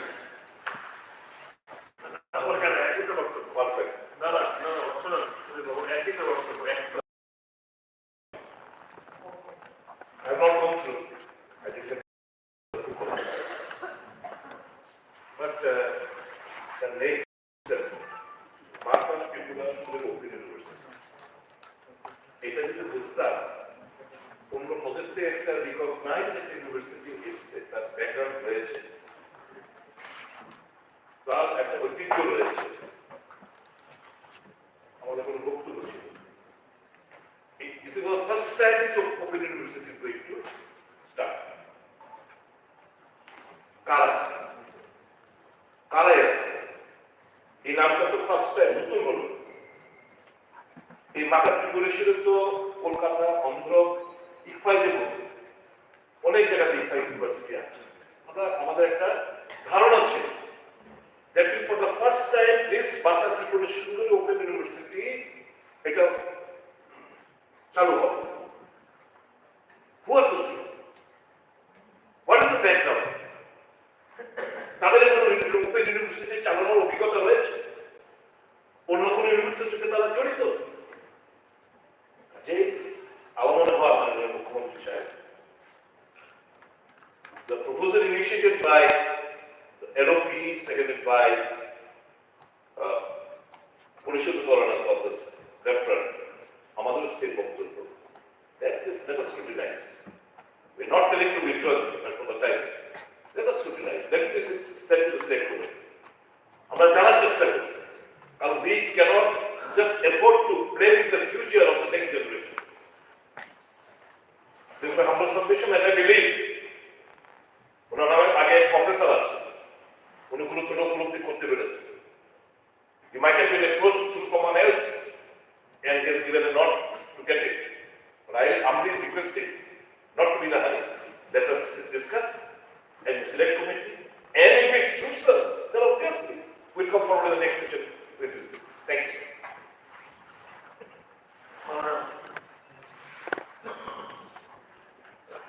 মাননীয় স্পিকার মহোদয়, সর্বপ্রথম আমি মাননীয় অপোজিশন লিডার শ্রী মাননীয় স্পিকার মহোদয়কে ধন্যবাদ দেব যে উনি এতগুলি ইউনিভার্সিটি ত্রিপুরাতে এসছে এবং আগামী দিনও আসবে, এর জন্য ওয়েলকাম করেছে। এবং আমাদের অভিজ্ঞ মাননীয় বিধায়ক তথা প্রাক্তন এমপি জিতেন বাবুকে আমি ধন্যবাদ দেবো, উনিও ওয়েলকাম করেছেন। মাননীয় বিধায়ক জিতেন বাবু মোরালেস ওয়েলকাম করেছে। কিছু বিষয়ের প্রশ্ন বিষয়ে আমি আমার কাছে যা আমি এই বিষয়ে আমি চর্চা করছি, এই বিষয়গুলো আপনাদের সামনে রাখতে চাই। এই ধরনের ওপেন ইউনিভার্সিটি ত্রিপুরাতে কিন্তু কোনো সময় হয় এবং তার তাৎপর্য কিন্তু আমাদের বুঝতে হবে যে কেন এই ওপেন ইউনিভার্সিটি আমরা এলাম। যেটা বলা হয়েছে যে মাতা ত্রিপুরা সুন্দরী বিশ্ববিদ্যালয় এই নামে কোথাও আছে। আপনার মনে আছে জিনেটের কথা তো নিশ্চয়ই মনে আছে, আপনাদের সময় এসছে জিনেট মেডিকেল কলেজ হয়, ত্রিপুরা মেডিকেল কলেজ হয়েছে। এইভাবে হয় না, যদিও ওরা পরে ব্যাংক্রাফটির কারণে ওরা চলে গেছে, কিন্তু এইটা একটা ফাউন্ডেশন, দিল্লির একটা সংস্থা, হিমালয়ান ইউনিভার্সাল এডুকেশন। এটা একটা রেজিস্টার্ড ফার্ম এবং আমাদের থেকে কিন্তু কোনো রকম না জায়গাও আমরা দিয়েছি, না আমরা কোনো পয়সা দিচ্ছি। মাতাবাড়িতে মানে ওখানে 5.2 একর জায়গা বিশ্ববিদ্যালয় ওরা করার জন্য ওরা নিজেরাই কিনেছে, এবং যেটা ইউজিসির যে গাইডলাইন যে মিনিমাম 5 একর জমি লাগবে সেই অনুযায়ী কিন্তু ওরা জায়গাটা করছে। এবং এই ধরনের ওপেন ইউনিভার্সিটি শুধু এই প্রথম ত্রিপুরাতে না, উত্তরাখণ্ড, হায়দ্রাবাদ, রাজস্থান, মহারাষ্ট্র, মধ্যপ্রদেশ, গুজরাট, কর্ণাটক, পশ্চিমবঙ্গে, উত্তরপ্রদেশ, তামিলনাড়ু, ছত্তিশগড়, আসাম, উড়িষ্যা এবং বিহারও এই ধরনের ওপেন ইউনিভার্সিটি আছে। কাজে আমার মনে হয় না যে একদম আলাদা কিছু আমরা ত্রিপুরাতে করছি, সব জায়গায় ওপেন ইউনিভার্সিটি আছে। আমাদের কাছে যেহেতু এসছে সেই কারণে আমরা ওয়েলকাম করেছি। আমাদের ক্যাবিনেটেও বিস্তর এই বিষয় নিয়ে আলোচনা হয়েছে, তারপরেই আজকে এখানে বিলের জন্য এখানে আমরা এনেছি। আমরা দেখলাম যে এই যে উচ্চশিক্ষা ওপেন ইউনিভার্সিটিতে ত্রিপুরার ছেলে মেয়েদের মধ্যে যেহেতু অন্যান্য জায়গার মধ্যে এটা আছে, আমাদের ত্রিপুরার ছেলে মেয়েরাই অনেকে অন্যান্য যে নামগুলো আমি স্টেটে বললাম তারাও কিন্তু এই ওপেন ইউনিভার্সিটিতে ওরা পড়াশোনা করে। যদি আমার ত্রিপুরাতে হয় তাহলে ত্রিপুরার ছেলে মেয়েরাও সুযোগ পাবে, অন্যান্য স্টেট লাগোয়া যে স্টেটগুলো আছে তারাও সুযোগ সুবিধা পাবে, বা ভারতবর্ষের অন্যান্য প্রদেশ থেকেও এই সুযোগটা দিতে পারবে।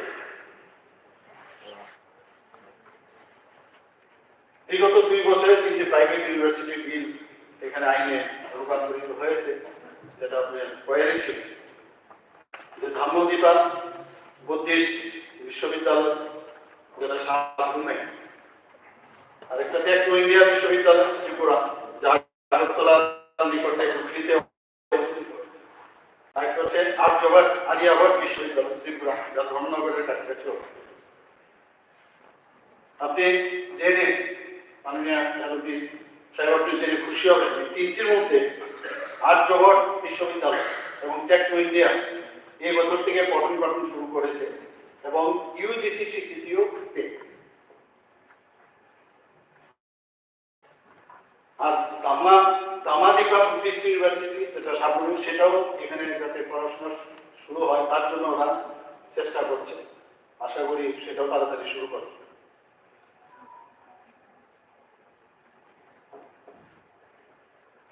এই ওপেন ইউনিভার্সিটি যেটা ইউজিসি যে গাইডলাইন আছে সেখানে যে নিয়মাবলী এবং সেই নিয়মাবলী বিষয়ে তারা এই কার্য পরিচালনা করে, বাইরে যেতে পারবে না, কারণ ইউজিসির যে গাইডলাইন আছে, ইউজিসি যেহেতু ওদেরকে মানে স্বীকৃতি দেবে তখন ইউজিসি গাইডলাইন মেনেও চলবে। এবং এই সরকারের কোনো অর্থ এখানে ওনাদেরকে দিতে হবে না, এবং এই বিশ্ববিদ্যালয়ের যে একটা স্পন্সরিং বডি, এই 1 কোটি টাকা ফান্ড ফিক্সড ডিপোজিট হিসাবে সরকারের কাছে রাখবে। এছাড়াও 50 লক্ষ টাকা জেনারেল ফান্ড ফিক্সড ডিপোজিট রূপে সরকারের কাছে গচ্ছিত থাকবে। যদি রাজ্য সরকারের বিশেষ প্রয়োজন হয় তাহলে এই ফান্ড ব্যবহার করতে পারবে। এই সংস্থানও কিন্তু এই বিলের মধ্যে রাখা হয়েছে। যারা স্কিল বা বৃত্তিমূলক শিক্ষায় শিক্ষিত হয়ে যারা সমাজে প্রতিষ্ঠিত হতে চায় তাদের জন্য এই ওপেন ইউনিভার্সিটি আমি আশা করি যে একটা নতুন একটা দ্বার খুলবে, এবং তাতে করে আমাদের যে গ্রস এনরোলমেন্ট ইস্যু যেটা জিআর সেটা কিন্তু অনেকটা বাড়বে আমি আশা করি। এই বিল অনুযায়ী ছাত্রছাত্রীদের ফি প্রচলিত নিয়ম অনুসারে হবে। প্রয়োজন অনুসারে রাজ্য সরকার এই ওপেন ইউনিভার্সিটি কার্যকলাপের উপর নিয়ন্ত্রণ আরোপ করবে। এই বিলের মধ্যে সেটা দেওয়া আছে। বিশ্ববিদ্যালয়ের chancellor, vice chancellor, registrar, controller of examination, finance officer, এই উচ্চ পর্যায়ের আধিকারিকদের দায়িত্ব এবং কর্তৃত্ব সম্পর্কে এই বিলের মধ্যে একদম ক্লিয়ার কাট নির্দেশ দেওয়া আছে। বিশ্ববিদ্যালয়ের চ্যান্সেলর যারা সেই তারা থাকতে পারবেন। যদি 3 বছর পরে তারা ইচ্ছে করলে আবার রিঅ্যাপয়েন্টমেন্ট হবে বা অন্য কেউ আসতে পারে। এবং চ্যান্সেলর হবেন বিশ্ববিদ্যালয়ের সর্বোচ্চ আধিকারিক। ভাইস চ্যান্সেলর চ্যান্সেলরের দ্বারা নির্দিষ্ট টার্ম এবং কন্ডিশনে 3 জন প্যানেল থেকে নির্বাচিত হন। তিনিও 3 বছরের মেয়াদী নিযুক্ত করেন। ভাইস চ্যান্সেলর, রেজিস্ট্রার এবং অন্যান্য অফিসারদের নির্দিষ্ট টার্ম এবং কন্ডিশন অনুযায়ী সে একইভাবে ওনাদের উপর নিযুক্তি দেবে। বিশ্ববিদ্যালয় তার গুণমান এবং স্পষ্টতার বজায় রেখে উচ্চ শিক্ষাগত পাঠদান করবে বলে আমি আশা করছি। বিশ্ববিদ্যালয়ের সর্বোচ্চ স্তরে একটি গভর্নিং বডি থাকবে, যাতে চ্যান্সেলর বা ওই বিশ্ববিদ্যালয়ের আচার্য সর্বোচ্চ প্রতিনিধিত্ব করবেন। এছাড়া board of management, academic council, board of অন্যান্য বিভিন্ন কমিটি থাকবে। এই আইন অনুসারে বিশ্ববিদ্যালয় তার নিজস্ব ক্ষমতা বলে স্ট্যাটিউট এবং অর্ডিন্যান্স চালাবে এবং স্ট্যাটিউট এবং অর্ডিন্যান্সের নিয়মাবলী অনুসারে বিশ্ববিদ্যালয়ের ভর্তি পরীক্ষা, ভর্তি প্রক্রিয়াও গ্রহণ করা হবে এবং কমপ্লেক্স এটা মেরিট অনুসারে এখানে ভর্তি প্রক্রিয়া হবে, সেটারও এখানে উল্লেখ করা হয়। বিশ্ববিদ্যালয় এবং তার অ্যানুয়াল রিপোর্ট সবসময় তৈরি করবে এবং প্রতি বছর নিয়ম অনুসারে তার অডিট করার এই বিলের মধ্যে উল্লেখ করা আছে। এই বিলে প্রবিধান রাখা হয়েছে বিশ্ববিদ্যালয়কে সম্পূর্ণভাবে ইউজিসি এবং অন্যান্য রেগুলেটরি অথরিটি যেটা আপনি বললেন সেগুলো অবশ্যই অনুসরণ করতে হবে এবং তার পরিচালনা করতে হবে। এখানে ন্যাকের কথা মাননীয় সাহেব বলেছেন।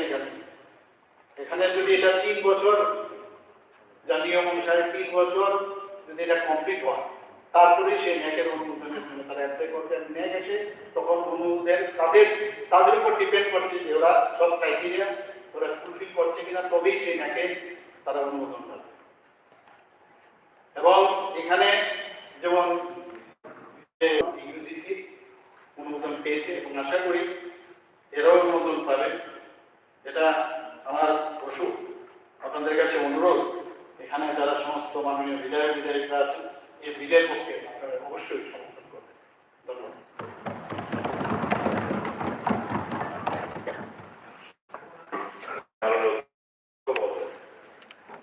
সপ্তাহে বলেছেন মাননীয় মুখ্যমন্ত্রী জানাবেন যে এই হিমালয়ান যে রেজিস্টার্ড সোসাইটি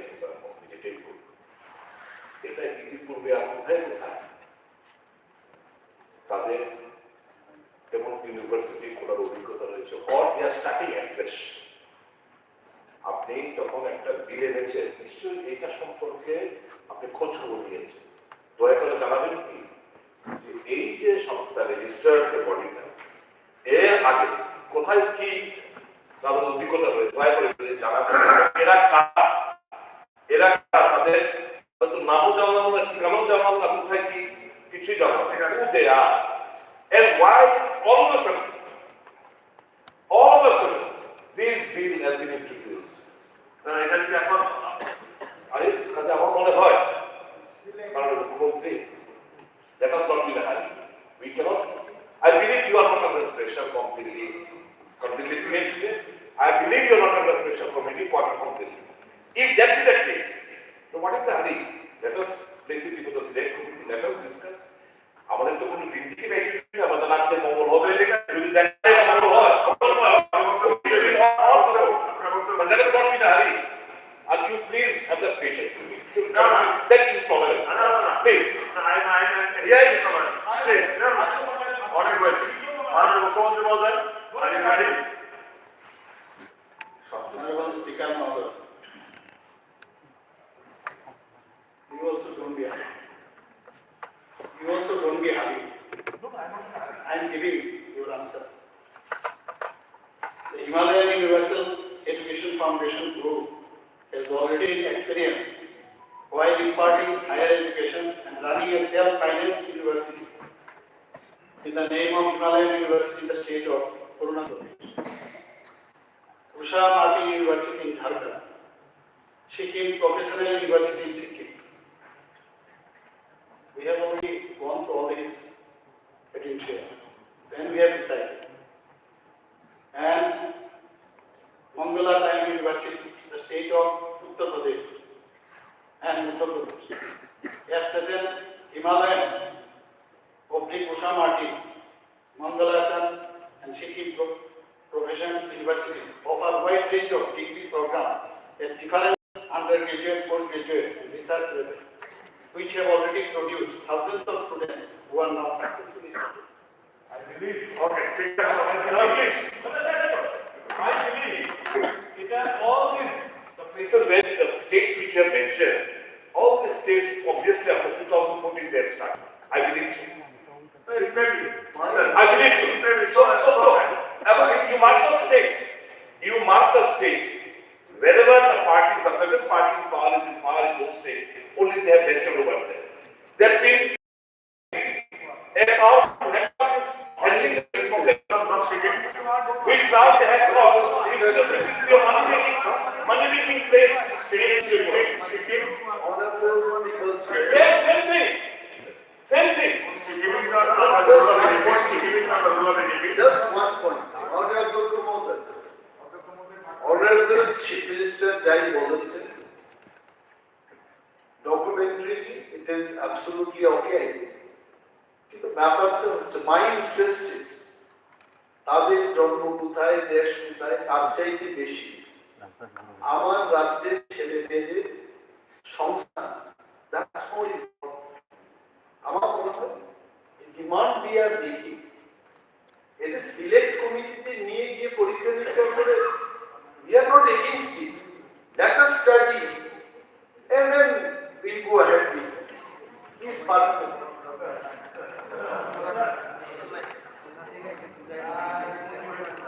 স্যার, তিনি কয়েকটা ইউনিভার্সিটির নাম দিয়েছেন, এই সংস্থা চালাচ্ছে। স্যার, তথ্য দিয়েই এটা ডাউটটা কত বড় পরিষ্কার। ইনস্টিটিউশন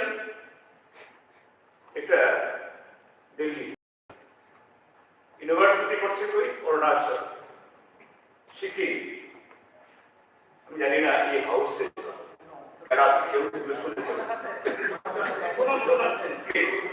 স্যার, আমার এই নর্থ ইস্টে তার আছে নজির আছে। শিলংয়ে মার্টিন লুথার কিং নামে একটা ইউনিভার্সিটি ছিল। That university has awarded thousands of PhD, thousands of postgraduate degree. Then it has come under the scanner of the Government of India, Indian Government of India, UGC. Then that university, for that time, its license was cancelled, and that all thousands of certificates it was verified. Sir, আমরা তো cooperate করছি, we are not non-cooperative. আমরা বলছি গভর্নমেন্টের এরকম একটা ভালো কিছু, এটা ভালো হোক, এবং মাতা সুন্দরীর নামে আমাদের সবারই এই মাতা সুন্দরীর নামে সারা দেশ থেকে আসে। এই নামে একটা হচ্ছে আরো বেশি পবিত্রতায়, আরো বেশি বিশালতায় তার প্রসার করতেও এত তারা আমি অন্য কথা বলছি না। আপনারা সিলেক্ট করে হঠাৎ দেখা যায় এগুলো দেখে যদি ঠিক হয় হবে, হেভেন ফল আকাশ থেকে বলবে না ইয়েতে। ওকে, আপনার বক্তব্য বুঝেছেন। ফাইনাল ডিসিশন মাননীয় যেটা বললেন, উনি যেটা শোনার সেটা শুনুন, যেটা শুনতে চান না সেটা শুনুন। অন্যান্য কয়েকটা প্রদেশের কথা বললাম, এগুলো আমার মনে হয় একটু চেষ্টা করুন, কি বলেছি এটা শোনার চেষ্টা করুন। শুনেছেন না বড় বড় প্রদেশ, মধ্যপ্রদেশের কথা বললাম, এখানে ঝাড়খণ্ডের কথা আমি বললাম, শুনিনি আপনি? কাজে আমার মনে হয় এগুলো কিন্তু পরন্তু এগুলো থাকবে। এখন সেটা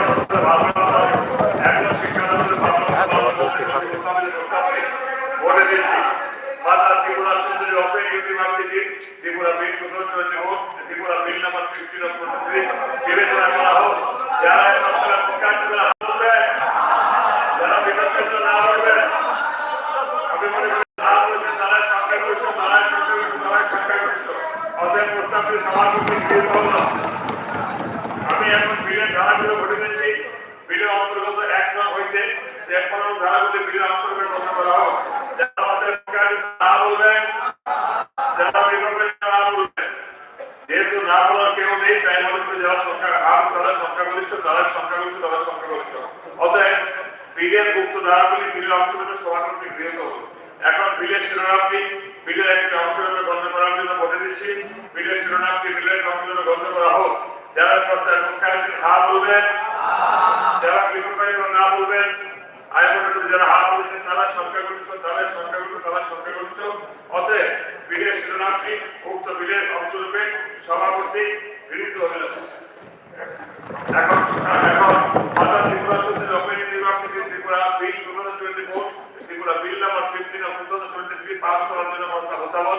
আমি শিক্ষা দপ্তরের ভারপ্রাপ্ত মাননীয় মন্ত্রীকে অনুরোধ করছি প্রস্তাবটি উত্থাপন করার জন্য। এখন আমি শিক্ষা দপ্তরের ভারপ্রাপ্ত মাননীয় মন্ত্রী কর্তৃক উত্থাপিত প্রস্তাবটি ঘটে দিচ্ছি। প্রস্তাবটি হল mother Tripura Sundari open university Tripura bill 2024 within bracket Tripura bill number 15 of 2023 pass করা হোক। যারা প্রস্তাবের পক্ষে হা বলবেন, যারা প্রস্তাবের বিপক্ষে না বলবেন, আমি মনে করি যারা হা বলছেন তারা সংখ্যাগরিষ্ঠ, তারা সংখ্যাগরিষ্ঠ, তারা সংখ্যাগরিষ্ঠ। অতএব আলোচ্য বিলটি সভাপতি গৃহীত হল। এই সভা বেলা 2:45 পর্যন্ত চলতে